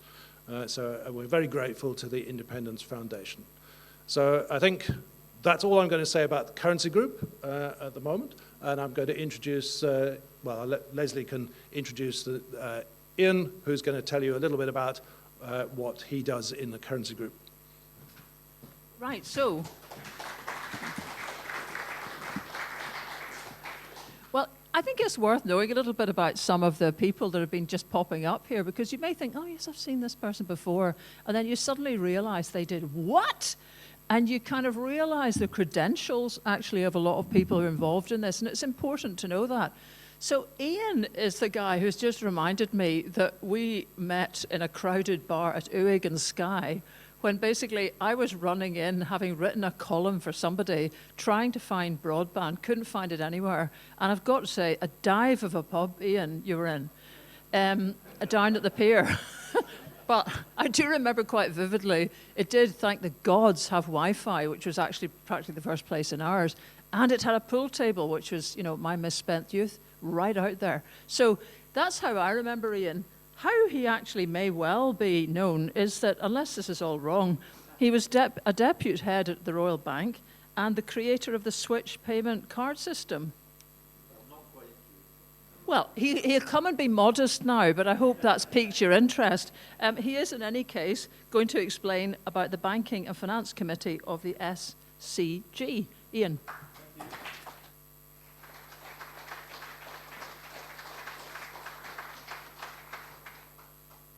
Thank you, Leslie. That was a lovely introduction, and guilty as charged. I was drinking in the world-renowned Backer Bar in Uig in Isle of Skye, a local fisherman's bar, and to say it's rough is a compliment. Usually you leave by the window, but yes, I remember seeing Leslie there. It was just before the 2014 referendum, and I thought, Leslie Riddoch, why is Leslie Riddoch in the Backer Bar? So I did go across and introduce myself as a supporter of Indy, of course. And the pool table is no longer there, by the way. Yes, I'm Ian Stewart, a career banker. You've heard a lot of academics today. I am not an academic. I'm a practical guy. I started in the bank in 1969, and picking up on a comment from Robbie, when I started in the Royal Bank of Scotland, there were 8 Scottish banks, all headquartered in Scotland, all creating career opportunities for Scots men and women, and of course now there are none. So that is the significance of losing headquarters. You lose the opportunity for people to make career progression within their own country. So yeah, and within my time, I started as a tea boy, running messages, and boy did I hate the job when I started. It was so boring. But over the 37 years, I actually ended up head of department. I didn't actually create Switch. I was the Royal Bank's director on the board of Switch Card Services. That was the most successful debit card system in Europe. And because of my role there, I was asked by MasterCard to become the UK's sole representative on their global advisory board. So it was starting as a boy in the bank, from school, without any university education. That's what you could do, and you know, that's the sort of career opportunities I'd like to see for my children and my grandchildren in Scotland.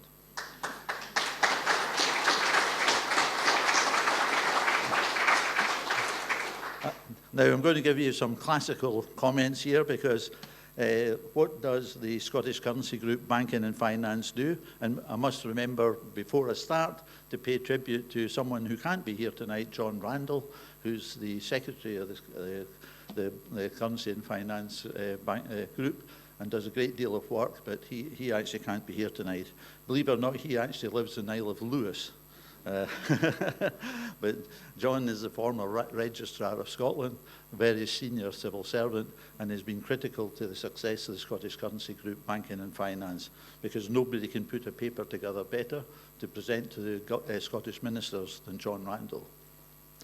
So we're a practical group of people, and I'm going to quote from Oscar Wilde, because this is really what I believe in and what we've been trying to do. Oscar Wilde said, "If you keep telling the truth long enough, sooner or later, you will be found out." And he, of course, said that in a negative way. From us in the Scottish Currency Group, we hope to be found out. And we hope to be found out by the Scottish Government and the SNP. Because year in, year out, I'm a relative newbie, by the way. I've only been in this currency group for 3.5 years, but year in and year out, we're a group of volunteers. You might think that we're a large group. The Facebook page is, I think, 3,500 members, but actually of us in the actual currency group, Banking and Finance, it's a small core of 6 people. 6 people, and we meet every fortnight by Zoom. And in fact, today, believe it or not, is the first time I've actually met most of my colleagues in person in 3.5 years. And I didn't realize how tall some of them were. I've only ever seen them from the waist up. Yeah. So anyway, let's think about that. If you keep telling the truth long enough, sooner or later, you will be found out. So that's what we've been trying to do in the currency group. We've been trying to actually provide information, education and influence to the Scottish Government. We've endeavoured over the last 3.5 years to try and change their position. As Tim quite rightly said, we knew the Growth Commission was totally off the mark. And actually, one of the reasons, well, the main reason that I was asked to join the Currency Group, I don't know if Andy Anderson is here. Yes, he is here. A fellow Scienachan, a man from Skye. Andy Anderson picked up that I had numerous letters written in the press criticising the Growth Commission and saying, don't be silly, you cannot be independent unless you have monetary sovereignty as well as fiscal sovereignty. So, you know, do not try and mislead the Scottish population. Currency sovereignty is essential. So our role, influencing, educating, and actually trying to build confidence in the representatives of the Scottish Government. Because I actually think there's a problem with currency. It is a dry issue, and many people think it's complex, but it's actually not. As Tim says, to be able to issue a currency, you basically need 3 things. You need a central bank, a treasury, a financial regulator, and it would be helpful if you also had a payment system to support that payment, your payment system. Because when you issue a currency, one of the first criteria to judge your success is when you go to fill your car with petrol, or if you go to the ATM, you either get cash or you get petrol. And it was interesting yesterday, my wife and I turned up in Dunfermline. We went to Boots and we bought some stuff. We're standing in a queue of 15 people and there's a problem at the till. And then the girl behind the till eventually said, has anybody got cash? Because the actual terminals have gone down. And only my wife and I could actually purchase anything.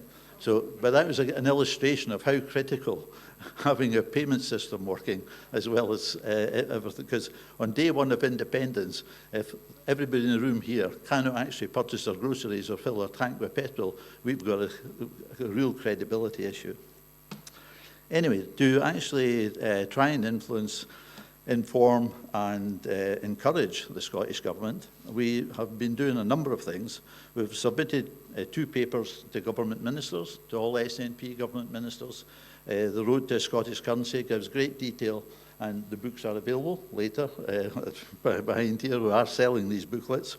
We've actually we publish regularly in the National, Byline Scotland. We've had meetings in person. I myself, living in Skye, and without giving the names of the senior people in the SNP, but I think you can work them out if you work out who my MP and MSP are. But I've actually sat in front of both of them, both in SNP branch meetings and also in person, and actually tried my hardest to actually convince them that issuing our own currency isn't a nice to have. It's one of the key tools that will enable us to offer the Scottish people a better future, because we will take the responsibility for paying our pensioners their pension from day one, and we will have a policy of increasing that pension to the European median within 5 years, and we can do that with our own currency. We can't do it with sterling. And I've sat and had meetings with that. And interestingly, both these individuals have replied to me the very same answer at different times. Ian, no one has ever voted for independence to have their own currency. And that is true, of course. No one has ever voted for independence to have their own currency. But as I've said to both the individuals, that is true. But you'd better make sure that if you want independence, you have a credible proposition to put to the electorate. And that is being able to issue your own currency from day one. And what we do emphasise, the other thing you've got to understand, and they don't really like this, it may not be an SNP government who is the government of independence. The SNP are the government to get us independence. So they should not be standing in our way in our endeavours to prepare for issuance.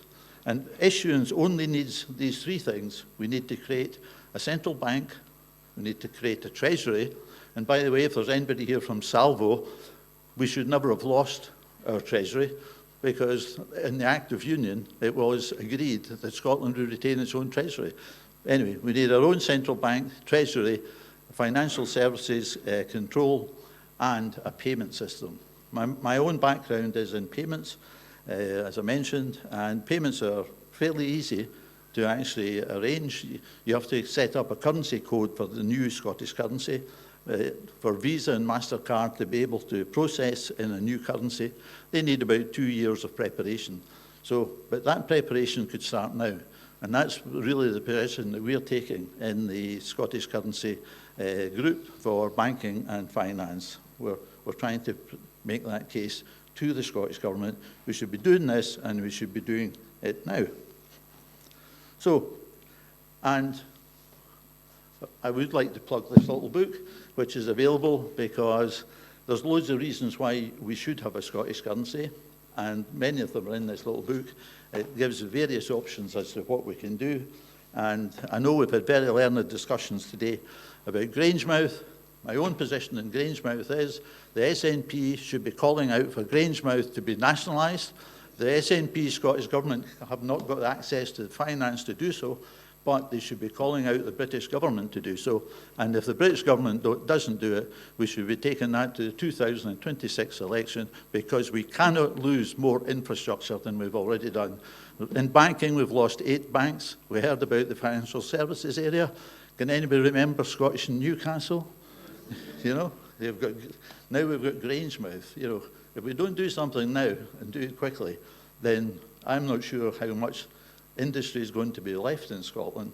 But whatever is left, we will need our own Scottish currency, because we'll need the equivalent of a Scottish Marshall Plan to rebuild capability within our society, creating good jobs for our children and our grandchildren, and putting the country back onto a normal footing like any other country, and not an economic colony of our southern neighbour. Thank you.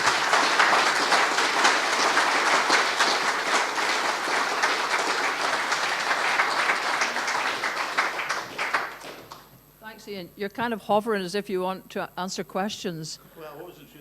Yeah, well, I'm not sure either, but look, I mean, there's people that want to ask. Can we have that wee doofer? Where is the wee microphone doofer? Just while it's finding its way to the 2 lads there. And would some women ever ask questions in this place? Come on. Can I ask you, Ian?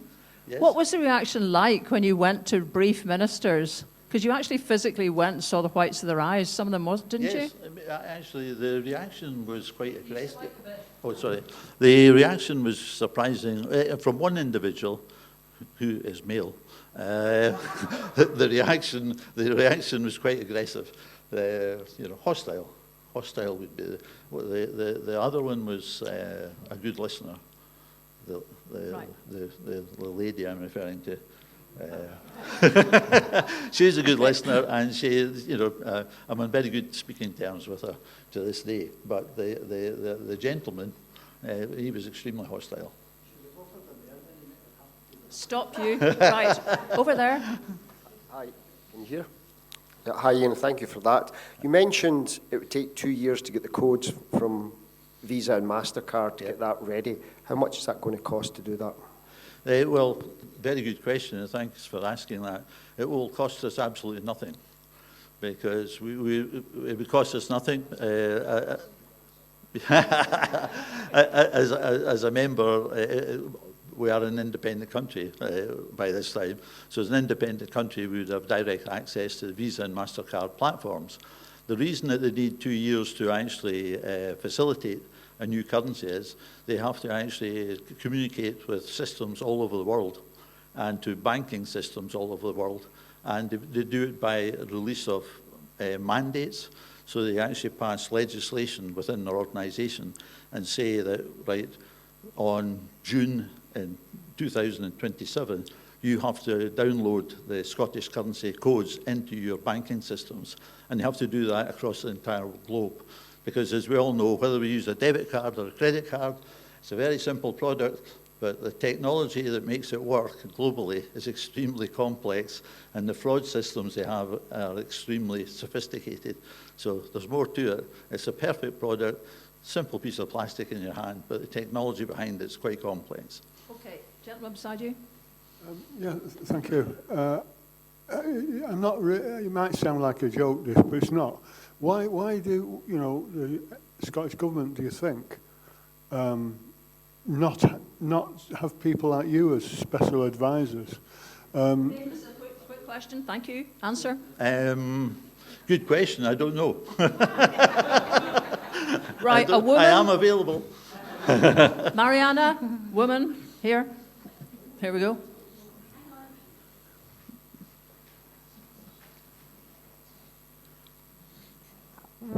What can we do as individuals to help support the telling the truth long enough so that sooner or later we're found out?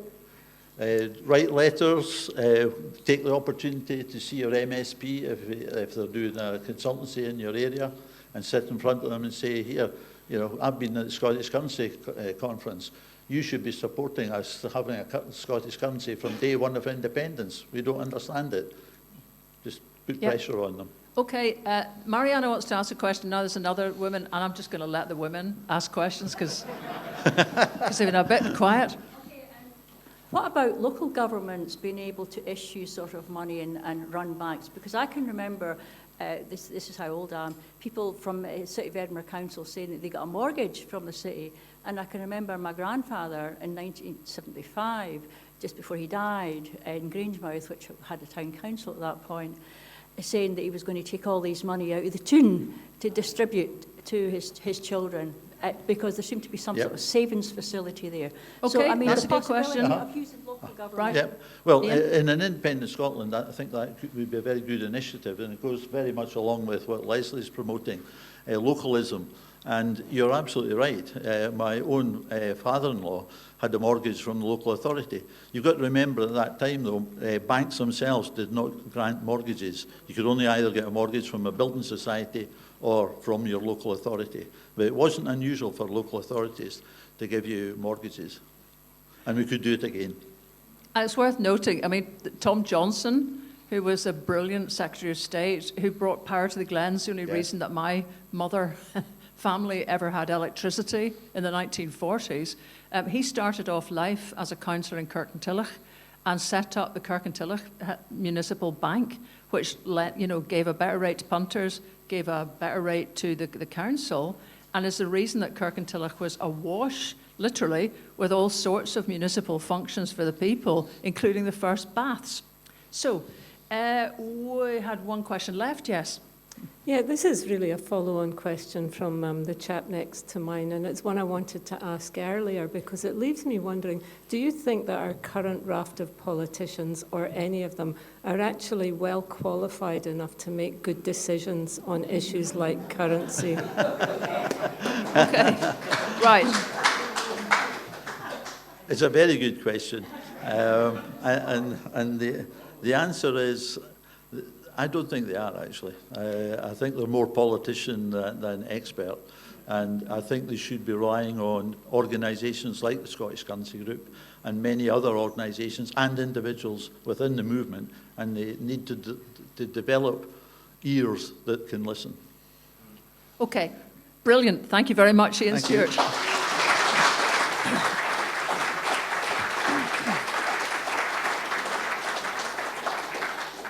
Our next two contributions, I think both of them are actually on film, so we know these will be to time. The first is from Lynn Copeland, who is convener of the SCG campaign committee. She's a bioenvironmental scientist with a particular focus on water-related industries. So let's see what she has to say. What I'm going to do is tell you about the Scottish Currency Group's plan.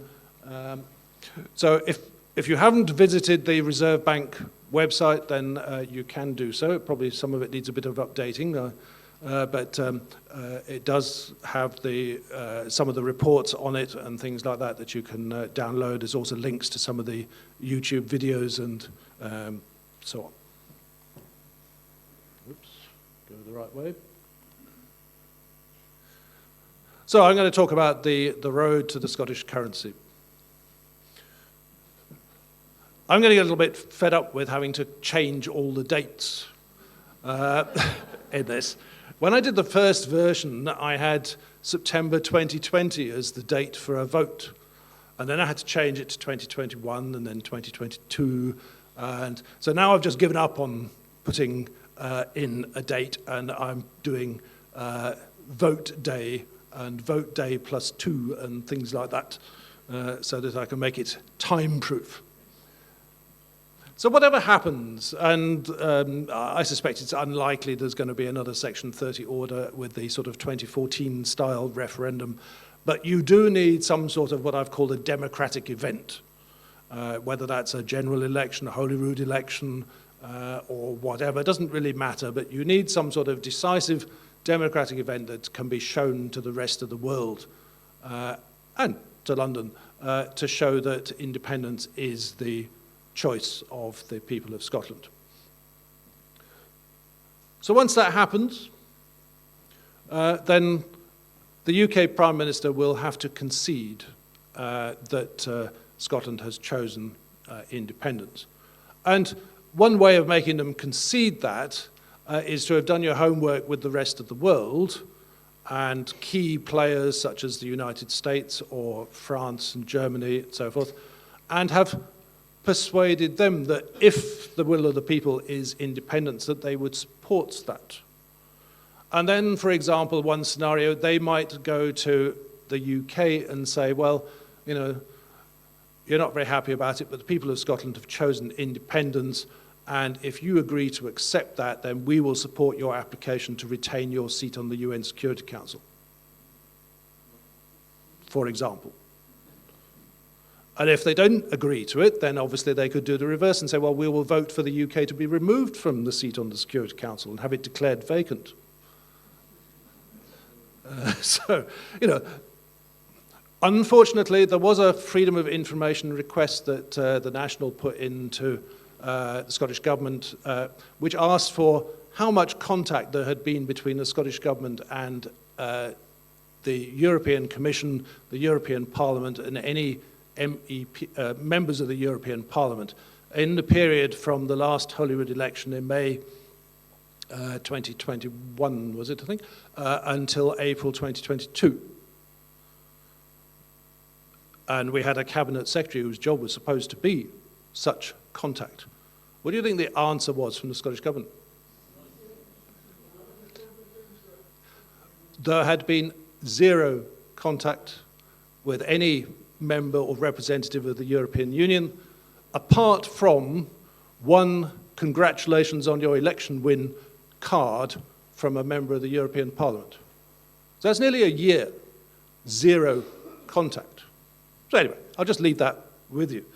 But we do need to work on that we need to have our dominoes lined up, that we have done the homework with the important players around the world who will support Scottish independence.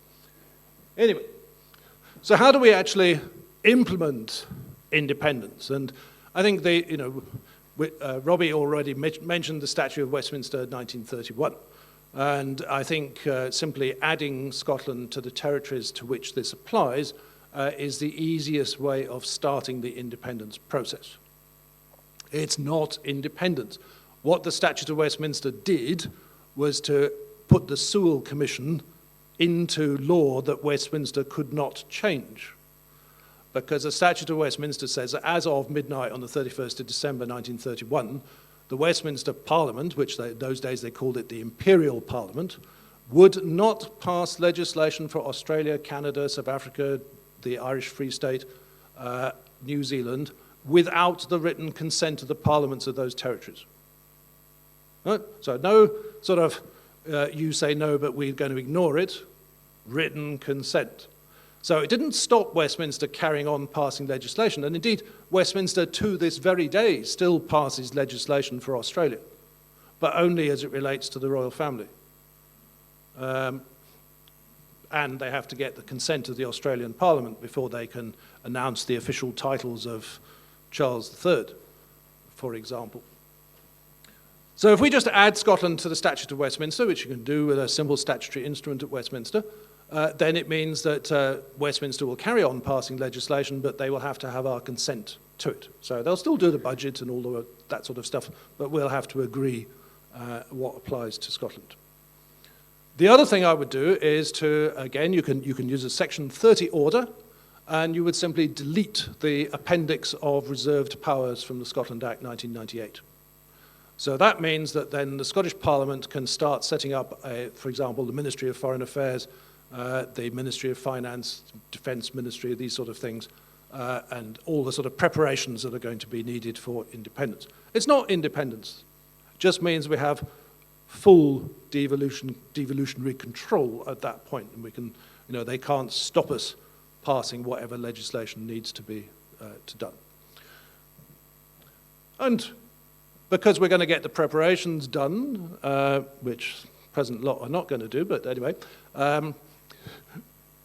we got another resolution through the SNP conference which said that the Scottish Government should, or the SNP, should draft the legislation for establishing the Reserve Bank. It was supposed to be done by the next conference and reported back on. It's just disappeared into a, Rachel Reeves black hole, I think.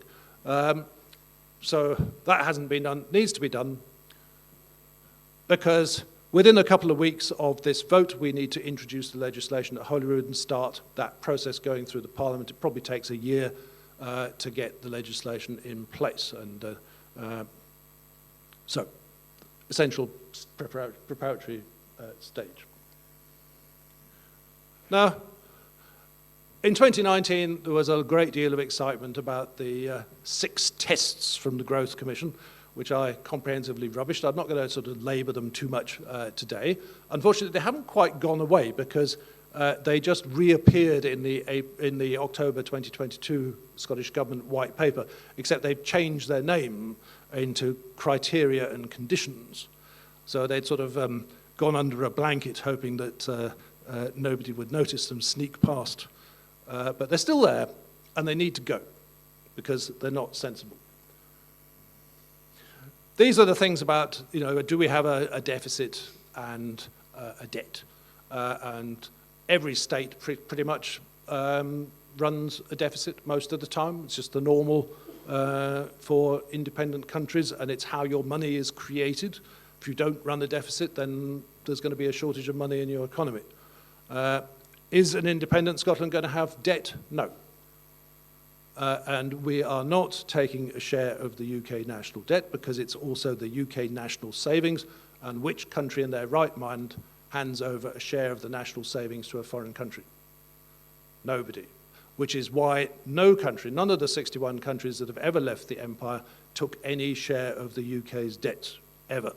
And don't tell me about Ireland, because they didn't. So... you can see I get attacked on X all the time about but Ireland. No, that was a farm loan scheme where the farmers repaid the loans that they'd had.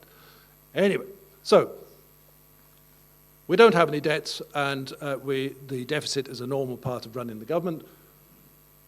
Do we have a credible central bank? Well, we're going to have a central bank set up, but we're going to have legislation in place. Is it credible? Well, you only really know that once it's actually working. Now, Malin is going to tell us a bit tomorrow about the Faroes with the Landesbanki, which runs all the government finances for the Faroes. It's not quite a central bank yet, but it does a lot of the functions of a central bank. And it's not a big organisation. I think it's probably safe to say, but I won't spoil Malin's gunpowder. Does the currency meet the needs of the people? Well, any currency meets the needs of the people. You've been spending a currency this afternoon getting your lunch. Did it meet your needs? Was the food digestible? So, it's a nonsense. Do we have enough reserves? Well, you'll see later on in the talk that we accumulate those automatically. Does it fit our trade patterns? Complete nonsense. Any currency fits your trade patterns because you change your currency into whatever you need. If you're buying something from the US, you change it into dollars. Have we decoupled from the UK business cycle? Well, we're not going to decouple from the UK business cycle until such time as we're independent and until we break the link to the GB pound and have our own currency. So we'll get rid of all of that rubbish and have a look at the sort of things that we really should be considering as we move towards having our own currency. And I've already mentioned we need to make sure we have the legislation drafted. We can do that now, and if the Scottish Government's not going to do it, then the Scottish Currency Group will look at this, doing this next week, as part of our, no, next year rather, as part of our plans for setting up the Scottish Monetary Research Institute to start work on the currency, which will be the subject of the conference 2025. We need to make sure that we have the new notes and coins. To do proper banknotes takes around a year, I have been told. I have been contacted by several printers of banknotes looking for the contract. None from the UK, but we had a French company that was actually going to send somebody to Edinburgh to discuss the project and the technical requirements and so on. I had to say, well, you know, I'll contact you in a couple of years' time. We're not quite there yet. We need to make sure we have the payment system set up. And the suggestion is that we duplicate the ECB systems. They have one for small payments, one for large payments. They already can handle multiple currencies because they do the Danish krone, and we just have to add on a Scottish pound and use that software for our system. We need to explain to all of you what's going on, public information campaign, so that people get very itchy about currency, and we need to make sure people are reinsured, they know what's happening at every stage. We need to have the premises and the staff in place. We need financial regulation, which you've already heard about this afternoon. And we need to make clear to people what's going to happen about pensions. Anyone who says that, whatever the legal technicalities or the fact that you think you have a contract or whatever, you just have to accept the reality the UK is not going to pay the state pension after Independence Day. Whether you can argue till the cows come home that you paid your national insurance and they should pay it, they're not going to. And they don't need to, actually, because the Scottish Government will take over the national insurance system. There is approximately 11 or 12 billion a year collected in national insurance from us in Scotland. It's one of the few useful things about Jersey. It actually shows how much national insurance is collected. And it also tells you how much is paid out in pensions. So a bit over 11 billion is collected and 8 billion is paid out.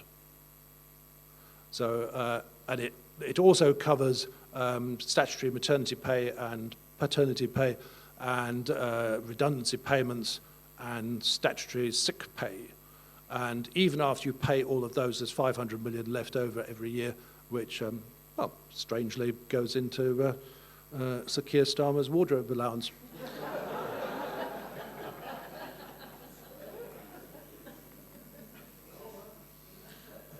So, 1 year, V-Day plus 1 year. The Act receives royal assent. And I did have lovely premises identified for the headquarters of the Scottish Reserve Bank, but unfortunately the Edinburgh Music School has nabbed them. So you can all put your thinking caps on and see whether you have a redundant sort of bank-style building with some nice Greek columns, which would make a suitable headquarters where the governor can be interviewed on the steps by somebody from the Scottish Broadcasting Corporation, and it's going to give it a nice background. So we're open for applications. The central bank will end up employing about 800 staff, so this is quite a nice thing to have wherever it's going to end up. It doesn't have to be in Edinburgh. And V-Day plus 2 years. It's going to set out the aims of the Scottish Reserve Bank, which will be under full democratic and parliamentary control. Central banks are not independent. You've been fed this rubbish about the Bank of England being independent. It is not, and it should not be. That's why it was nationalised in 1946. If you look at the mess that the Bank of England made in the 1920s and 1930s, it gives you a good idea as to why it got nationalised. But central banks are a key component of the state. The Bank of England is a wholly owned subsidiary of the UK Treasury. It does what the Treasury tells it to do if the Treasury doesn't abdicate that responsibility. If the governor doesn't do exactly what he's told, he'll get sacked. So, and the profits of which are quite substantial, the surplus, probably a better word of describing it, of the Bank of England is simply paid to the Treasury. So it's a subsidiary. If you were looking at group accounting, the standard group accounting that applies to NatWest Banking Group or anything like that, the Bank of England would be netted off within the Treasury, and the 800 billion or so of bonds which are owned by the Bank of England, which are supposedly part of the UK national debt, would simply disappear in group accounting. One group company cannot have a net liability to another group company in group accounts. So, anyway. I think if you're looking at the policies that the central bank should follow, full employment would be a good thing. This is not exactly very radical, because this is a requirement on the US Federal Reserve to maintain full employment in the United States. The Bank of England is not required to do anything at all except to control inflation, and the main reason for that is to preserve the wealth of those who have lots of GB pounds, to be cynical about it.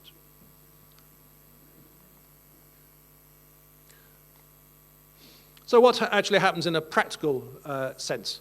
And the banks would write to their Scottish customers. I'll show you some the sort of letter you're going to get as part of the currency game, inviting you to open a Scottish pound account.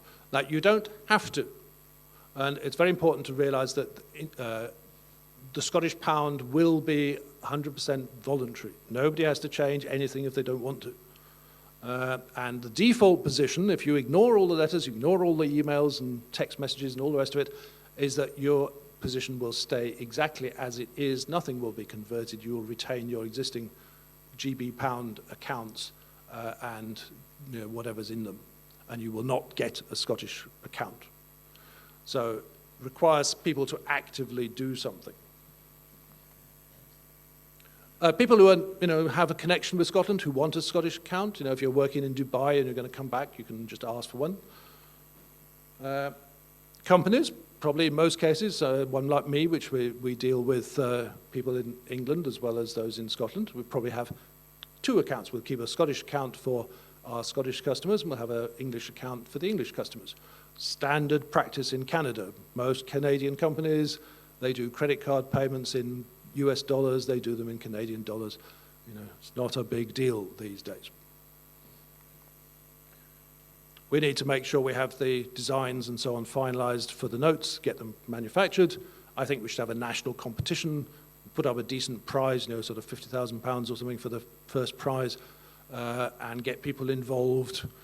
Schools can come up with designs, graphic designers, artists, whatever, all come up with designs. Get people involved, and once you're in, you could do that now.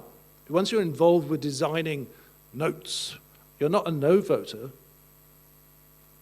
Start planning for what's going to happen after independence. You've made that decision. So the 30th of November, whenever, we get, I'd say, approximately 3 years as a transition period between whenever the democratic event takes place and actual Independence Day. And I am recommending, just my choice, that St Andrew's Day would be a good day to make into the future Independence Day.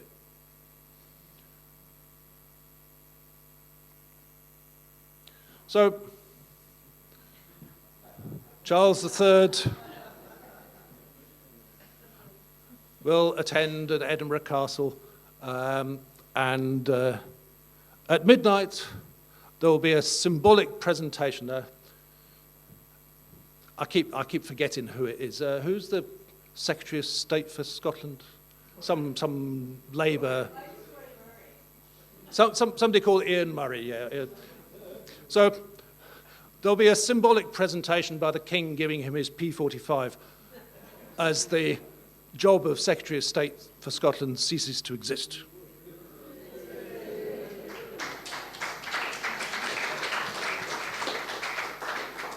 And thanks to quantum technology, I've been able to bring you the first pictures from the future of the world's largest fireworks display at Edinburgh Castle.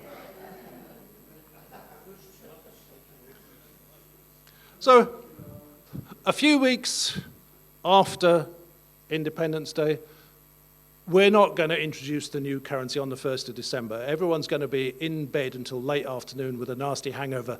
So that is not the day for doing anything serious.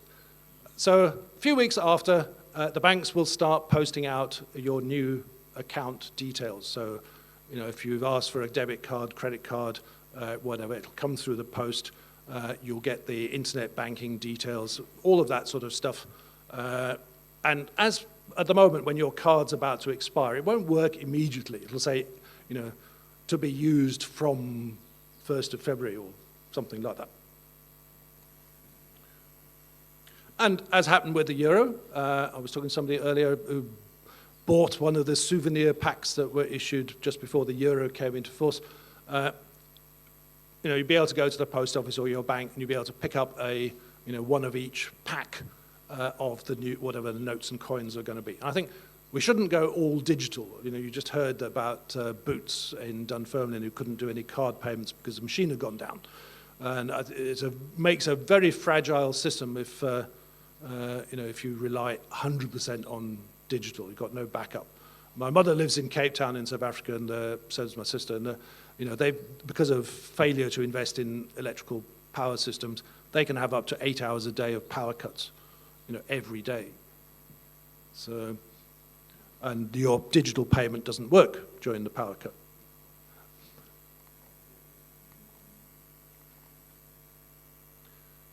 So the end of January, so 2 months after Independence Day,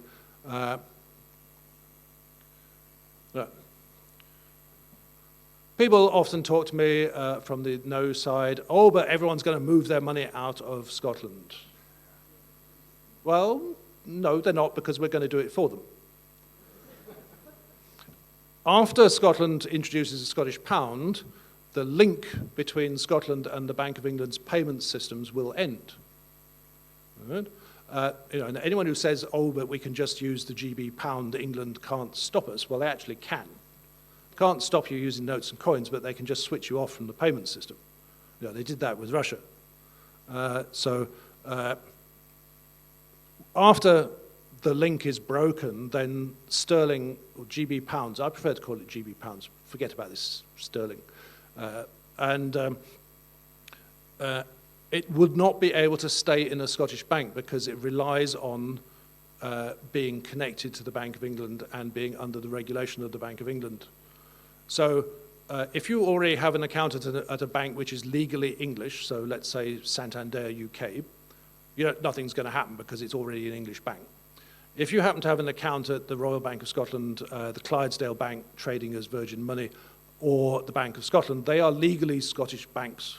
Now, you know, for example, RBS PLC is still a Scottish bank, publishes its own accounts. It's about 11% of the NatWest banking group. So it's owned by NatWest Bank, but it's legally a Scottish bank, still based at St Andrews Square in Edinburgh. All of their GB pound accounts will be moved to an English subsidiary, so they'll probably just become NatWest accounts, but they keep the same sort code and account number and so on. So you won't notice that, but it's just a legal change of domicile. It means that your GB pounds stay as they are and they stay under the authorization of the Bank of England.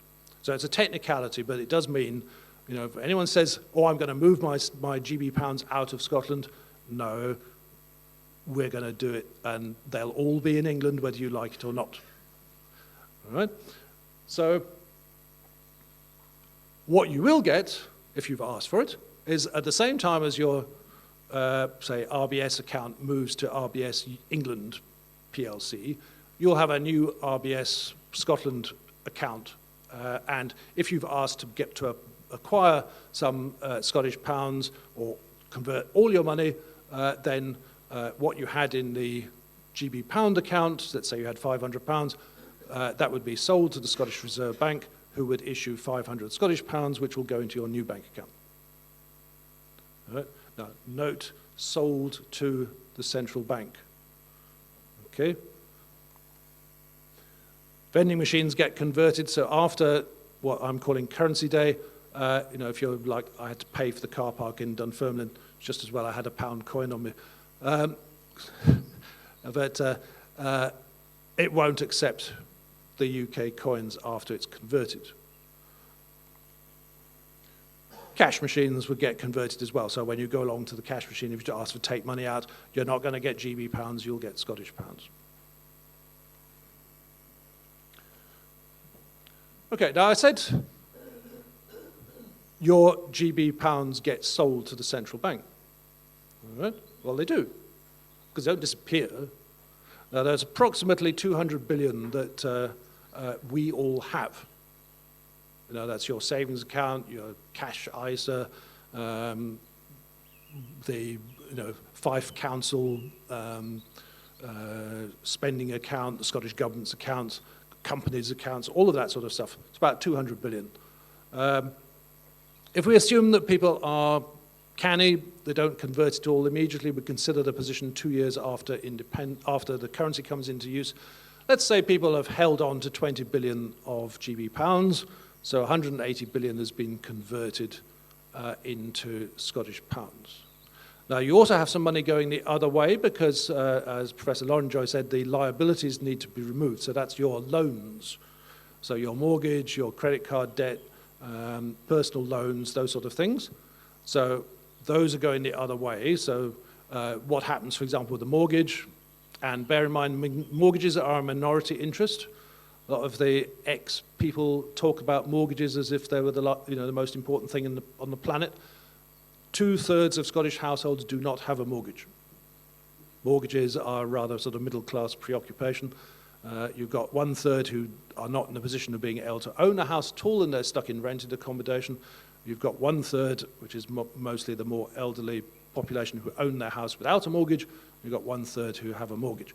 So if you have a mortgage, all you need to do is tell the bank you want a new Scottish pound mortgage. So they give you, let's say you have a £100,000 mortgage. They grant you a £100,000 Scottish pound mortgage. They take the 100,000 Scottish pounds, they use it to repay the £100,000 English pound mortgage, which is now repaid, and you've got a Scottish pound mortgage instead.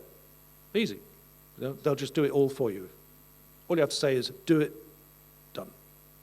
So, there are about 75 billion of mortgages, so they would be repaid, so take that off. The rest of the loans and so forth all come to around about, we estimate, about 130 billion. Take that off the 180 billion that's coming in. The central bank ends up with approximately 50 billion of GB pounds, which becomes the foreign reserves of Scotland. So all these people that say, oh, you haven't got any reserves, you haven't got any reserves. Well, we have, you've already got them. You're just going to hand them in and change them into something else. So, if you don't believe me, look at the Bank of Botswana website where it explains about the introduction of the Pula in 1976. And it says that when they replaced the South African rand, which is the all-powerful currency of their giant next-door neighbour, where the IMF told them they were too small and too poor and too backward to have their own currency. And they said, nope, we're going to do it anyway. And those rands became the first foreign reserves of Botswana. And have they looked back? No, they've overtaken South Africa in terms of income per capita. They're now one of the wealthiest countries in Africa. It's about $8,500 per capita. They've got a sovereign wealth fund, about $2 billion, about the same size as Pharaoh's has got. And they've never looked back. So anyway, that's the by the by. So we end up with all those reserves. If you think the UK has vast reserves, no, it doesn't. It has about $75 billion. So Scotland would end up with not far short of the same foreign reserves as the UK's got. If you liquidated the GB pound, you'd get less than 2 US cents in the pound. So the new currency is now on public sale. Debit and credit cards go live. You can still carry on using your GB pound ones if you want. We're now in what's called the exchange period, when the two currencies are pegged 1-to-1, and you can change freely between them without any charges. The Scottish Government will stop accepting GB pounds, and it will stop making payments in GB pounds. So if you work in the public sector, which is about 45% of the economy, I think, well, no, sorry, the public employees are not 45%, but the Scottish government, the public sector is nearly 50% of the Scottish economy. So that's the health service, police, councils, central government, all of that sort of stuff. All of that's going to convert straight away into using Scottish pounds. And if you work in the Scottish Health Service, you're not going to have a choice. You're going to be paid in Scottish pounds. If you're in the private sector, it's up to your employer. So, you know, if you work for Baillie Gifford, if they want to pay you in GB pounds, then they can do that. It's up to them. After about, say, 15 weeks, you know, sort of 3 or 4 months, then the exchange period would come to an end, and the banks will start charging you if you use a GB pound card. So, you know, if you go to Spain and you use a debit card, you get a 2.5% transaction fee for the board directors' Christmas bonus fund. So that will then apply to people who who carry on using the GB pound in Scotland. So, you know, in a way, I say it's all voluntary, but it's not really. You know, it's a system of sticks and carrots that will ensure that within a fairly short space of time, people just move over to the new currency, and within a year or two, they'll have forgotten all about the GB pound. So foreign exchange trading would start, and I think we would then move to a position of what's called managed bands. So the central bank would say, we'll allow the Scottish pound to fluctuate against the GB pound by, you know, plus minus 1%. And then if that's all working okay, after a couple of months, you can say, we'll go make the band a bit bigger. We'll go to plus minus 2%, then maybe 5%. And eventually, perhaps, we would decide we're going to just have a floating currency, which most economists say, well, floating currency is probably the best. But, you know, that's an argument you can have in the future. So after a year, I'm going to say that the currency's gone up slightly against the GB pound. That's not because I think that the Scottish pound is going to be, you know, particularly a strong currency. I think it's because the GB pound is going to be a weak currency. So it's really a case of me thinking that it, well, I'll tell you a little story. In 1947, my mother, she came from quite a posh family, was sent off to Switzerland, to Lausanne, for a year in a Swiss finishing school for young ladies where you learnt how to cook and how to lay the table properly. And in those days, you got 25 Swiss francs per pound. But they also had exchange controls, so you got a foreign exchange allowance of £25 for the year per person. So you had to get special permission to pay the school fees, for example. 25 Swiss francs per pound. Today you get 1 Swiss franc per pound. You know, for anyone who tells you that the GB pound is a wonderful thing. Take the US dollar, it used to be $4.86 to the pound. And today I think it's $1.27 or 28 or something like that. So, you know, the pound has steadily lost value over the last century. And I just think it will carry, especially with Scotland gone, I think it will carry on going down. So that's my logic there. As you heard this morning from Rory, we'll be implementing the Green New Deal. I put down a figure of about 10 billion a year to be invested in it. With the central bank, then we can start doing things like, say, the investment bank issues a bond, which is bought by the central bank, which finances the investment. Now, after all the sort of shock horror, oh, you can't have direct monetary financing and blah, blah, blah, the European Union eventually decided that it was permissible for the European Investment Bank to issue bonds and for the European Central Bank to buy them. So even they've came around to that idea. As I said, the central bank could accumulate 50 billion of foreign reserves. That just to be technical about it, that goes into what's called a central bank reserve account, which would be at the Bank of England. These are central bank reserves, or what's called base money. It's not possible for them to leave the Bank of England. So they would move accounts. So the 32 billion which the Royal Bank has on deposit at the Bank of England in its last accounts would have, because they've now no longer got any GB pound accounts, all customers have converted to Scottish pounds. That means effectively that 32 billion has moved across to the account of the Scottish Reserve Bank, but it's still in the Bank of England. We wouldn't want to keep all our foreign reserves in GB pounds. So one of the first things we're going to do is to sell some of those and acquire US dollars, euros, yen, maybe even buy some gold. And we're going, we should have done this years ago. So that's the end of my presentation. Just a couple of little points I was going to say. Join the currency group on Facebook if you haven't already. I suspect most of you already have. Have a look at the Reserve Bank website. Why have I picked Reserve Bank? I know John doesn't like the name, but it's because we have these things like the South African Reserve Bank, the Reserve Bank of Australia, Reserve Bank of India, Reserve Bank of New Zealand, whatever. Unfortunately, we can't have Bank of Scotland because somebody's got it already. Why can't we just take it? Well, we could. We could. Yeah. Well, we could if that's the choice of people. These reports available, so these are the question and answer and the road to Scottish currency. And you can you've all seen the banknotes. So I'm going to stop.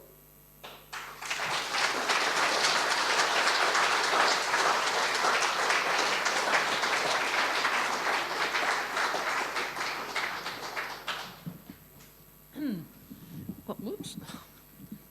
Now I'm stuck. I've only got one hand. Well, I was going to say that's sterling stuff, but kind of. But really, that is powerful, powerful stuff, Tim. I mean, really astonishing. Right, questions? Yeah, and has anybody got the microphone? Right, can you just see this clump at the back, especially the woman?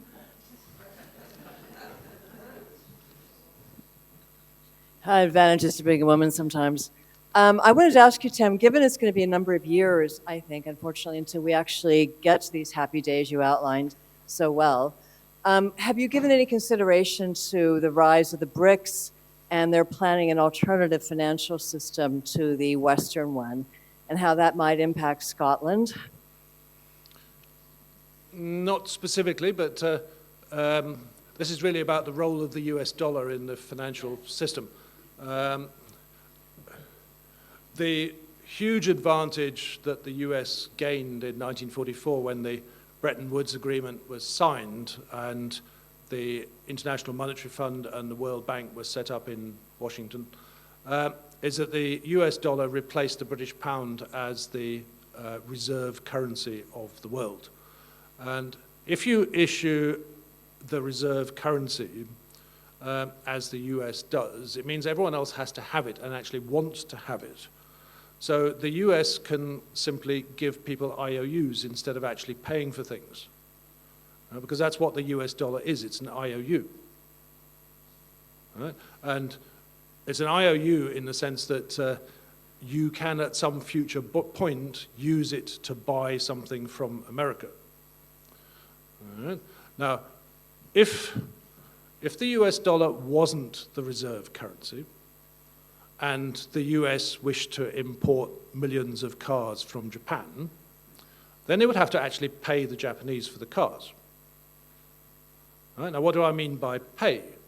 Well, it means they'd have to find something which the Japanese wanted and export that to Japan. So all the Harley-Davidsons would have to be rounded up and shipped off to Japan so that the aging Japanese males could drive round on motorbikes while the Americans got the cars. Right? But they don't have to do that because the dollar is a reserve currency. So they import the millions of cars and they don't give the Japanese anything other than an IOU saying, we'll pay you sometime.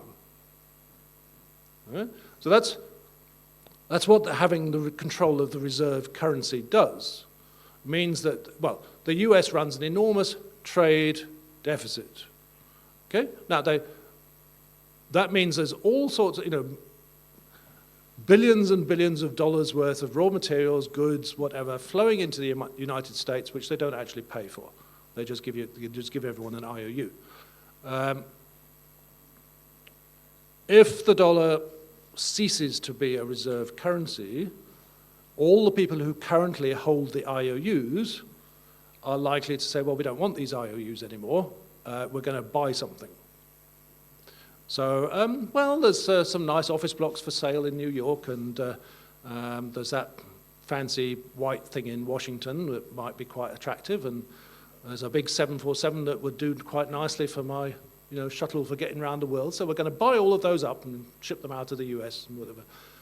That's your risk. I think the US, they haven't quite realized that when they break international law, because foreign government accounts, such as central bank accounts, have sovereign immunity. When you violate international law and you disregard the sovereign immunity and you confiscate the dollar reserves of Iran and you confiscate the dollar reserves of Venezuela, and they can do this because they're all held at the Federal Reserve Bank of New York, right? Because they're dollars, they can't go anywhere else. And you confiscate the dollar reserves of Russia, and then you confiscate the dollar reserves of Afghanistan. All these countries start thinking, oh, hang on a minute, this is really not a very reliable place to put our savings. And that's why the BRICS countries are looking at creating a separate reserve currency, which is not controlled by the US. And I think that will make the US much poorer. I think it's not going to matter too much to Scotland because we would have a basket of reserve currencies. If the Chinese renminbi or becomes the new BRICS reserve currency or something, we'll simply buy some of them and we'd reduce our dollar holdings instead. Right, I'm just preferring women all the time. So, Ava down at the front, right down at the front. Ava, put your hand up straight so that you can be found. Yep. I just wondered whether we could do all this without having a Scottish Stock Exchange. Well, Roger Mullin's going to be talking to us tomorrow about restoring the Scottish financial markets. I think it would be entirely logical and a welcome thing if we re-establish those, and introducing our own currency makes it much easier because it reduces the competition from everyone else, especially from London. Now, the Scottish Government would issue bonds because, for example, pension funds which currently hold UK bonds would want to replace them with Scottish ones. It's part of the function of the state to provide a safe savings mechanism for the citizens, which is really what the bonds are. So if you're going to issue bonds, you need to have a sort of market for people to cash them in and get their money back. And if you want to promote companies sort of growing in Scotland and actually being headquartered in Scotland, or indeed ones which are foreign but do lots of business in Scotland, like say Diageo, then you can have a Scottish Stock Exchange and provide Diageo with a quotation on the Scottish Stock Exchange, where Scottish investors can invest in Diageo shares and pay in Scottish pounds and have them valued in Scottish pounds. Diageo have listings in New York and Frankfurt and whatever, so why not Scotland? Right, there's questions. There's a clump of questions up here. Oh, well, just work your way back. Mariana, just go along there. So you mentioned about the Scottish Government taking over the national pension, but what about those of us who have got private pensions that would be in sterling? What would happen to that? Would we have devalued pensions? No, it depends very much on the circumstances. So, for example, who the pension provider is and what they're prepared to do. So, if you're like me, I have a small pension fund with Aviva, which is based in Norwich. That's going to stay in GB pounds, and there's not much I can do about that. Dealing in sterling, what happens when we're all Scottish pounds? And you simply have a foreign pension which is would come in, same as if you had a pension from a German company or US pension or something like that at the moment. You may be you may be able to, it may be that there's enough Scottish customers of something like Aviva that they would establish a Scottish fund, and you would have the option to move your pension from GB pounds to Scottish pound. Or you could just, if Aviva didn't do that, then there would be an option, for example, Scottish Widows is here, so it's extremely unlikely that they would not offer a Scottish pension fund, in which case you could say, I'm going to take what is in Aviva and transfer it to Scottish Widows and convert it into Scottish pounds. Or you can just say, well, I'll leave it in GB pounds and take the risk. The exchange rate might go up, it might go down. You can't really say. We unfortunately, everyone's circumstances with private pensions is going to be different, and there is no one-size-fits-all solution for them.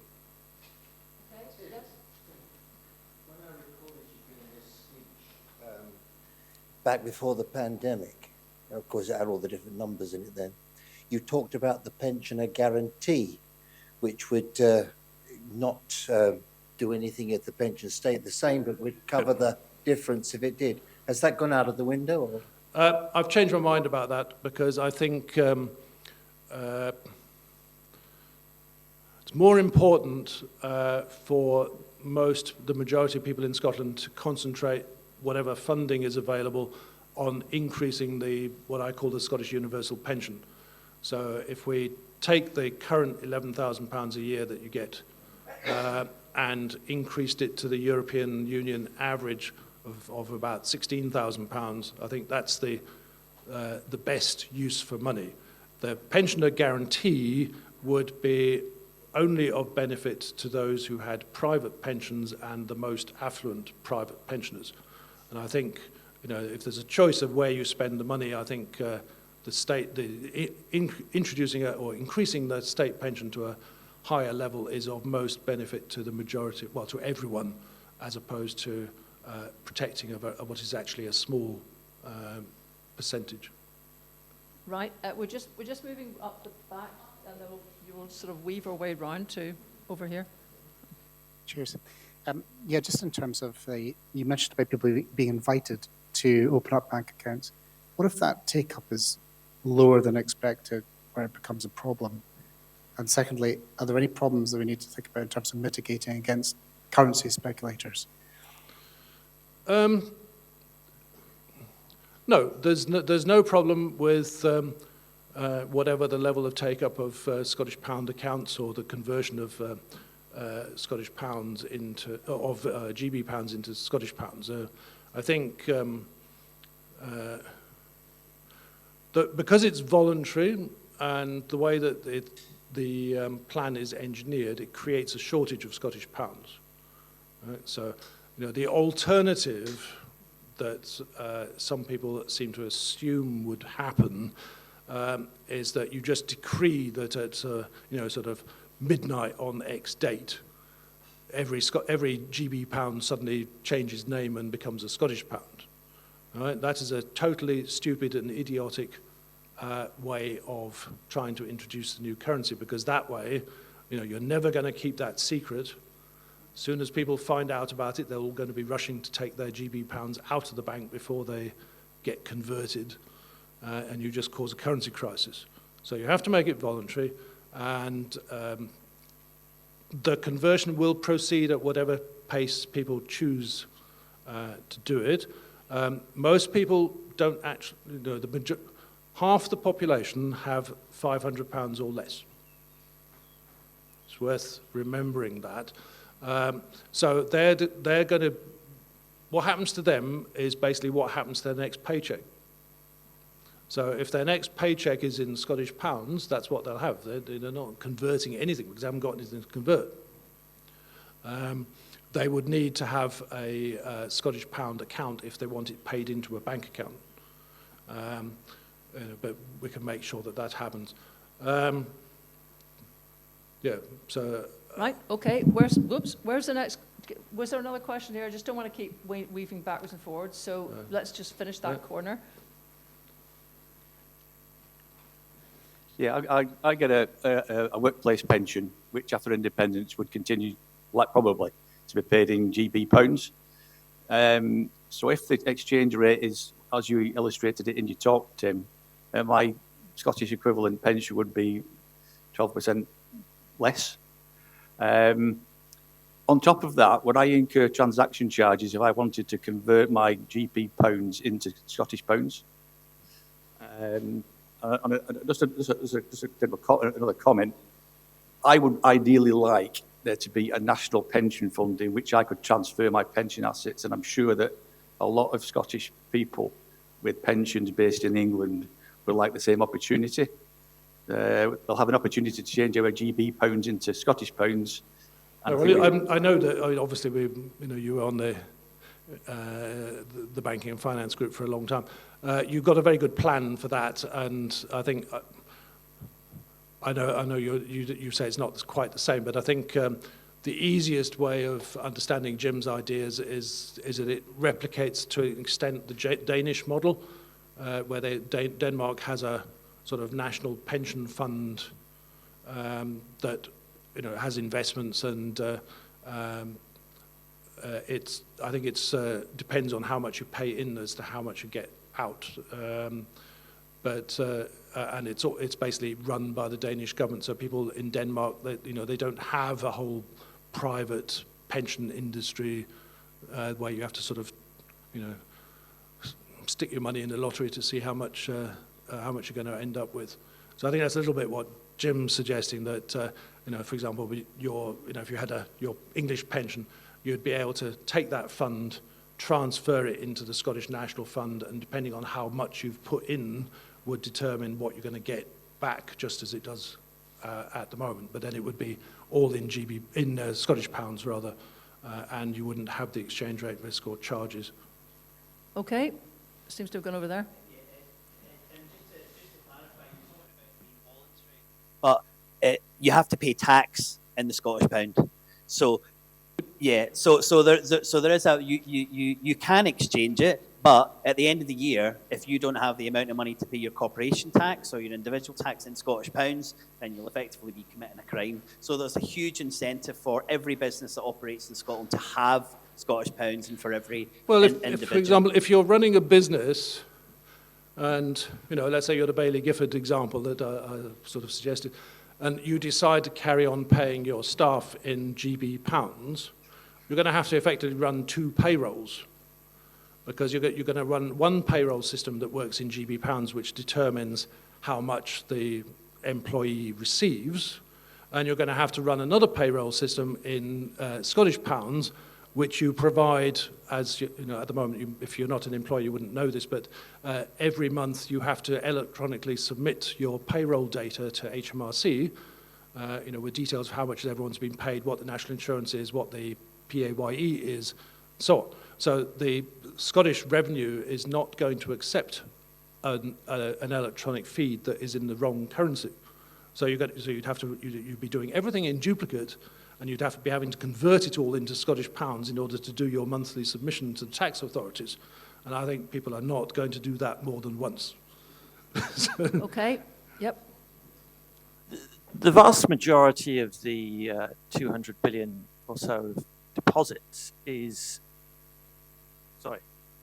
the vast majority of the 200 billion or so deposits are people's savings accounts, which they rarely touch for day-to-day expenses. These are not accounts that people are paying their taxes from. So that renders most of your arguments moot. What gives you confidence that 90% of savings accounts will convert themselves into Scottish pounds? Well, as I've said, Sam, then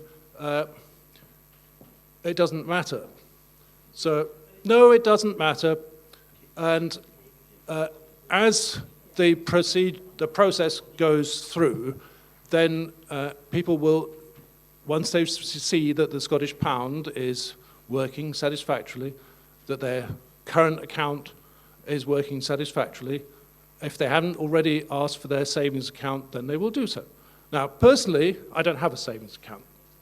Never had a savings account because you don't get any interest on it, not until the last couple of years. How many people, out of interest in this room, if you'd like to put your hands up, have a savings account as opposed to a current account? So there's a few, all right? And once the Scottish pound comes in, are you likely to want to keep your savings account exclusively in GB pounds or in Scottish pounds? Well, I think Sam Taylor, who's from these islands, that is your answer. No, we're not having any more. Thank you very much. No, it's all right. Just hang on a minute. Wait. Everybody stop. Sam, just come back, and then that's your one cut short. The reason it matters, and it matters a great deal, is because the 130 billion of loans, people will urgently need to convert those, urgently, because of course they cannot afford to have their liabilities denominated in a different currency to their income. So the 130 billion urgently will be converted, and that will dwarf the amount of deposits that are converted, which means that your theory about the accumulation of reserves at the central bank is completely wrong. And because there will be much more a far greater amount of Scottish pounds for sale than there will be demand for purchase, this is why the currency will immediately and substantially devalue. Interestingly, of course, that's the main reason that Thibault Laurentjoy favours the Welsh pound. He said so this morning. The ability to rapidly and substantially devalue. And that, of course, is the same thing that would happen in Scotland, but you conveniently don't mention that. Right, okay, Sam. Yep. I think the situation in Wales, which is, as you also saw from Professor Laurentjoy's presentation, is a much poorer country than Scotland in terms of GDP per capita. It's also much more integrated into the English economy because there's a very long border. You can't even get from South Wales to North Wales by public transport, on the train network without going through England. So I think it's a very different situation. It also has much bigger deficits, I think, than Scotland does. I really do not see this problem at all, and I think that if 60% of the Scottish population have voted in favour of independence, they've had 3 years of preparations, they've seen what's going on with the new currency, they're not going to be going, oh, well, actually, I'm getting cold feet, I'm going to keep all my money in GB pounds. And the central bank will be managing the conversion process, and part of that is to make sure that the conversions of cash into the Scottish pound proceed at a similar pace or ahead of any repayment of loans and mortgages, such like, that is taking place. And as I said, as we are agreed, there is a big difference in that the net assets of the Scottish population are much bigger than the net liabilities. So I think it is entirely plausible and understandable that this is going to work very smoothly and that you are simply raising a straw man that does not exist. Right, I was trying to close this down, and then you also put your hands down and look, you're at it again. Right, I've left my watch there. What time are we at? Loads of questions, so we've got another 15 minutes. Okay, fine. Right, so let's just catch the group here. And sorry, there's got to be another woman. It's too many men. Sorry. Right, another woman wants a question. Think of it. Right. There, see, there's always somebody. Right, let's have you first.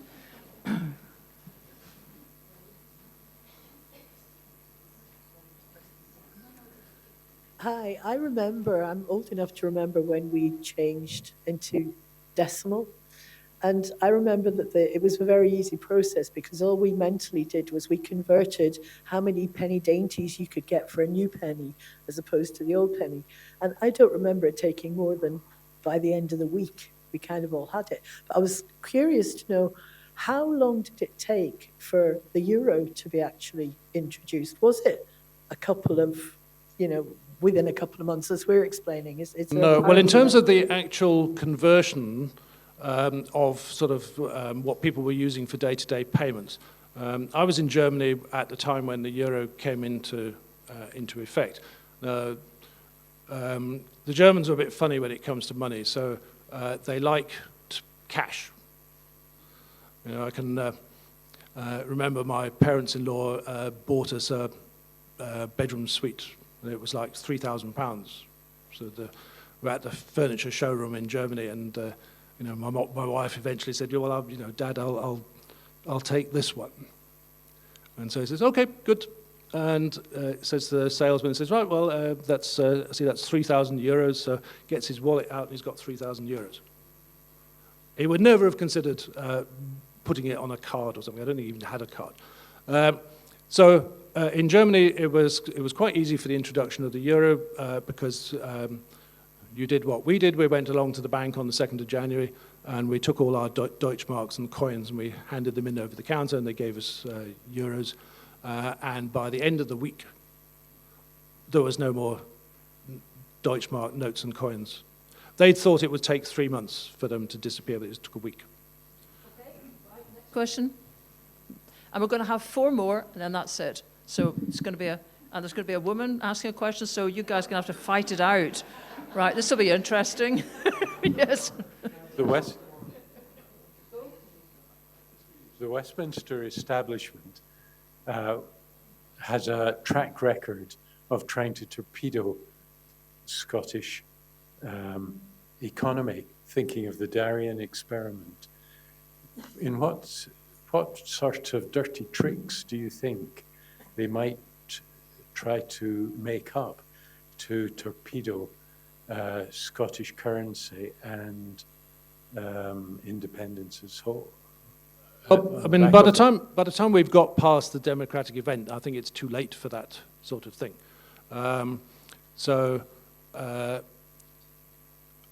The argument at that stage is, what was said earlier on. It now becomes about what it's going to cost us. Up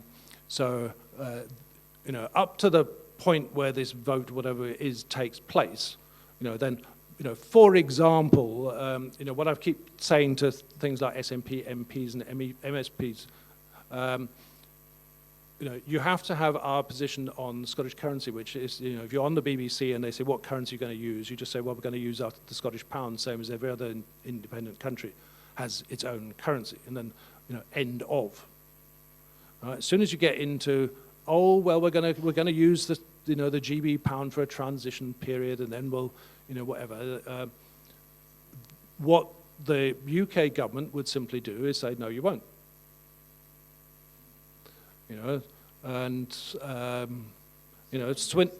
Set up, do you envisage any hardball? Oh, yes. Like what? I think that's what's being asked. So, what the UK is going to try to do would be to say that we have to agree to repayments to the UK for, our share of the national debt. I think that's good. They're going to try that one on. They tried it with Ireland, but the Irish told them to get knotted, basically. They're likely to say, well, the national debt's sort of $2.5 trillion, so you're due to pay us 8% plus interest, something like that. And I would just say no. The simple argument about breakup of states, there's some things called the Vienna Convention. So the Vienna Convention 1978 and various other ones discuss this scenario. And you have what's called a continuing state model or the entirely new state model. And the UK already declared in 2014 in Treasury papers that, and without any discussion, as you might expect, so they just declared that the UK was going to follow the continuing state model and the UK would be the continuing state. All right? Now, what that means is that the UK legally stays the UK and it simply takes with it the assets of the UK, like the seat on the Security Council, all the UK's treaty obligations, all the embassies, all the military bases, the Falkland Islands, Tristan da Cunha, whatever, they all go with the continuing state. And Scotland, as a new state, gets what's in Scotland. Right, so our coastal waters, anything that's physically located in Scotland, like Faslane, or the Queen Elizabeth office building next to Waverley Station, they all become ours. Now, they are allowed to take movable property. So, they can, and if there's an RAF base, they can take all the planes away. or they can take down the pictures at, a building that they own and remove the furniture and things like that. But I think that's what that has to be our position. So please do not say we want a share of the UK assets. The UK's liabilities are bigger than the assets, and you don't want to go down that road at all.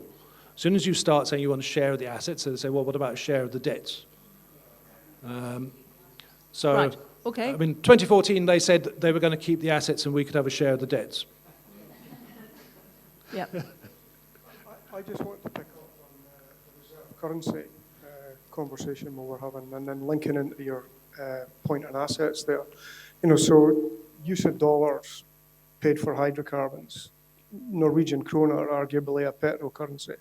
Do you ever see the stage where we have our electricity, our water, our whiskey, our carbon capture and storage abilities, all priced and sold in Scottish pounds, and then in the fullness of time, we've got an opposite issue to what Sam was highlighting.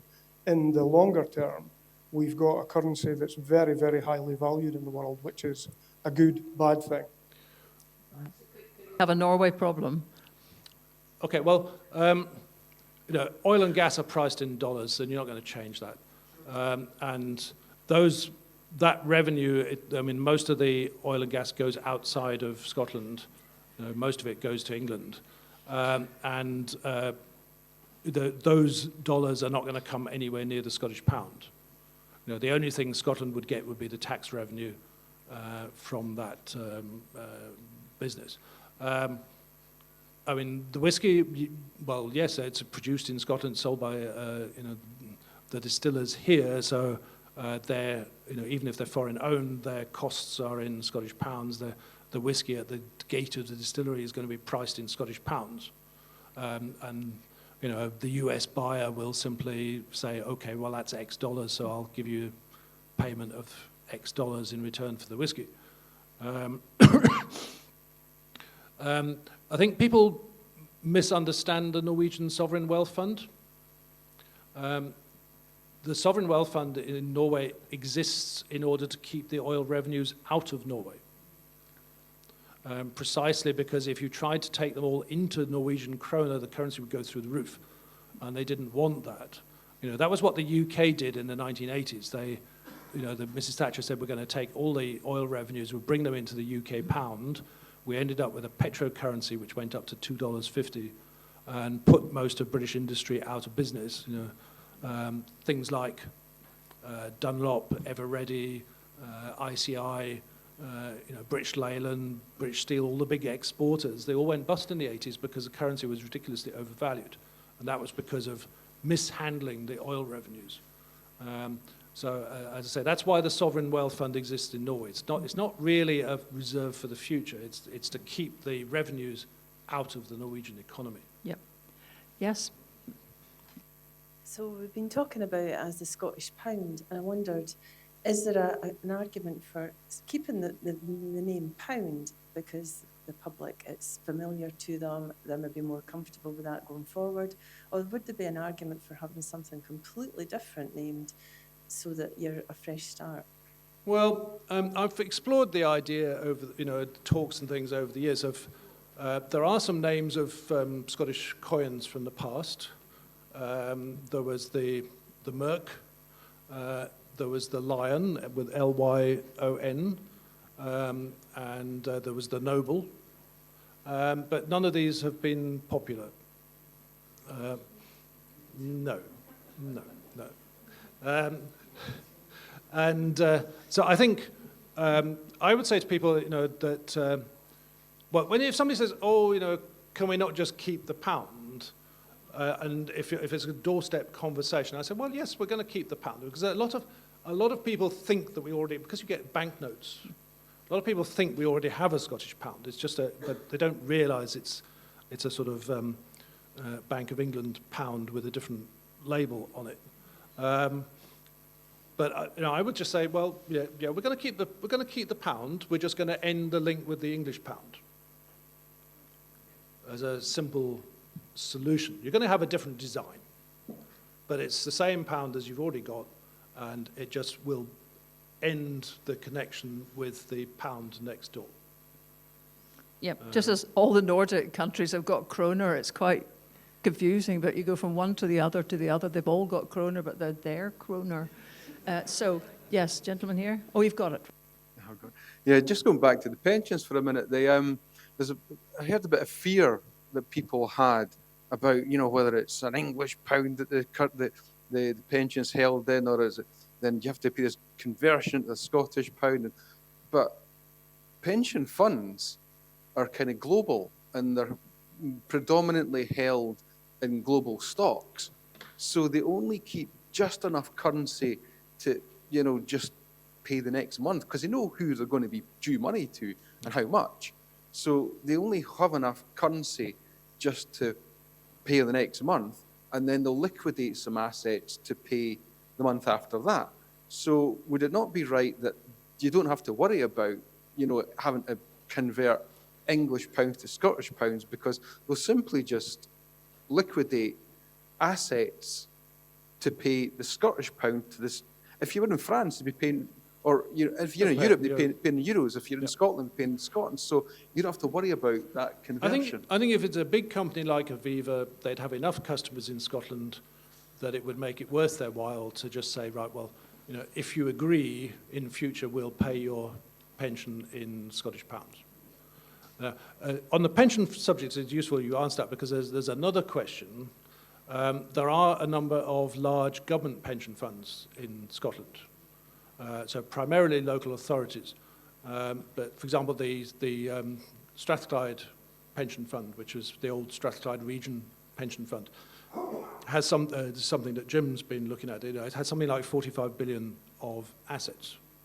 And it's entirely funded effectively by the Scottish Government, because the Scottish Government funds the councils, and the councils pay the contributions into the fund, as do the staff. Almost none of that is invested in Scotland. The Strathclyde Pension Fund is investing in Hong Kong and Buenos Aires and God knows what. Can we not maybe get some of that 45 billion put into, for example, the Green New Deal or the State Energy Company, or something that's actually going to benefit the people, the workers, and ultimately pensioners in Scotland?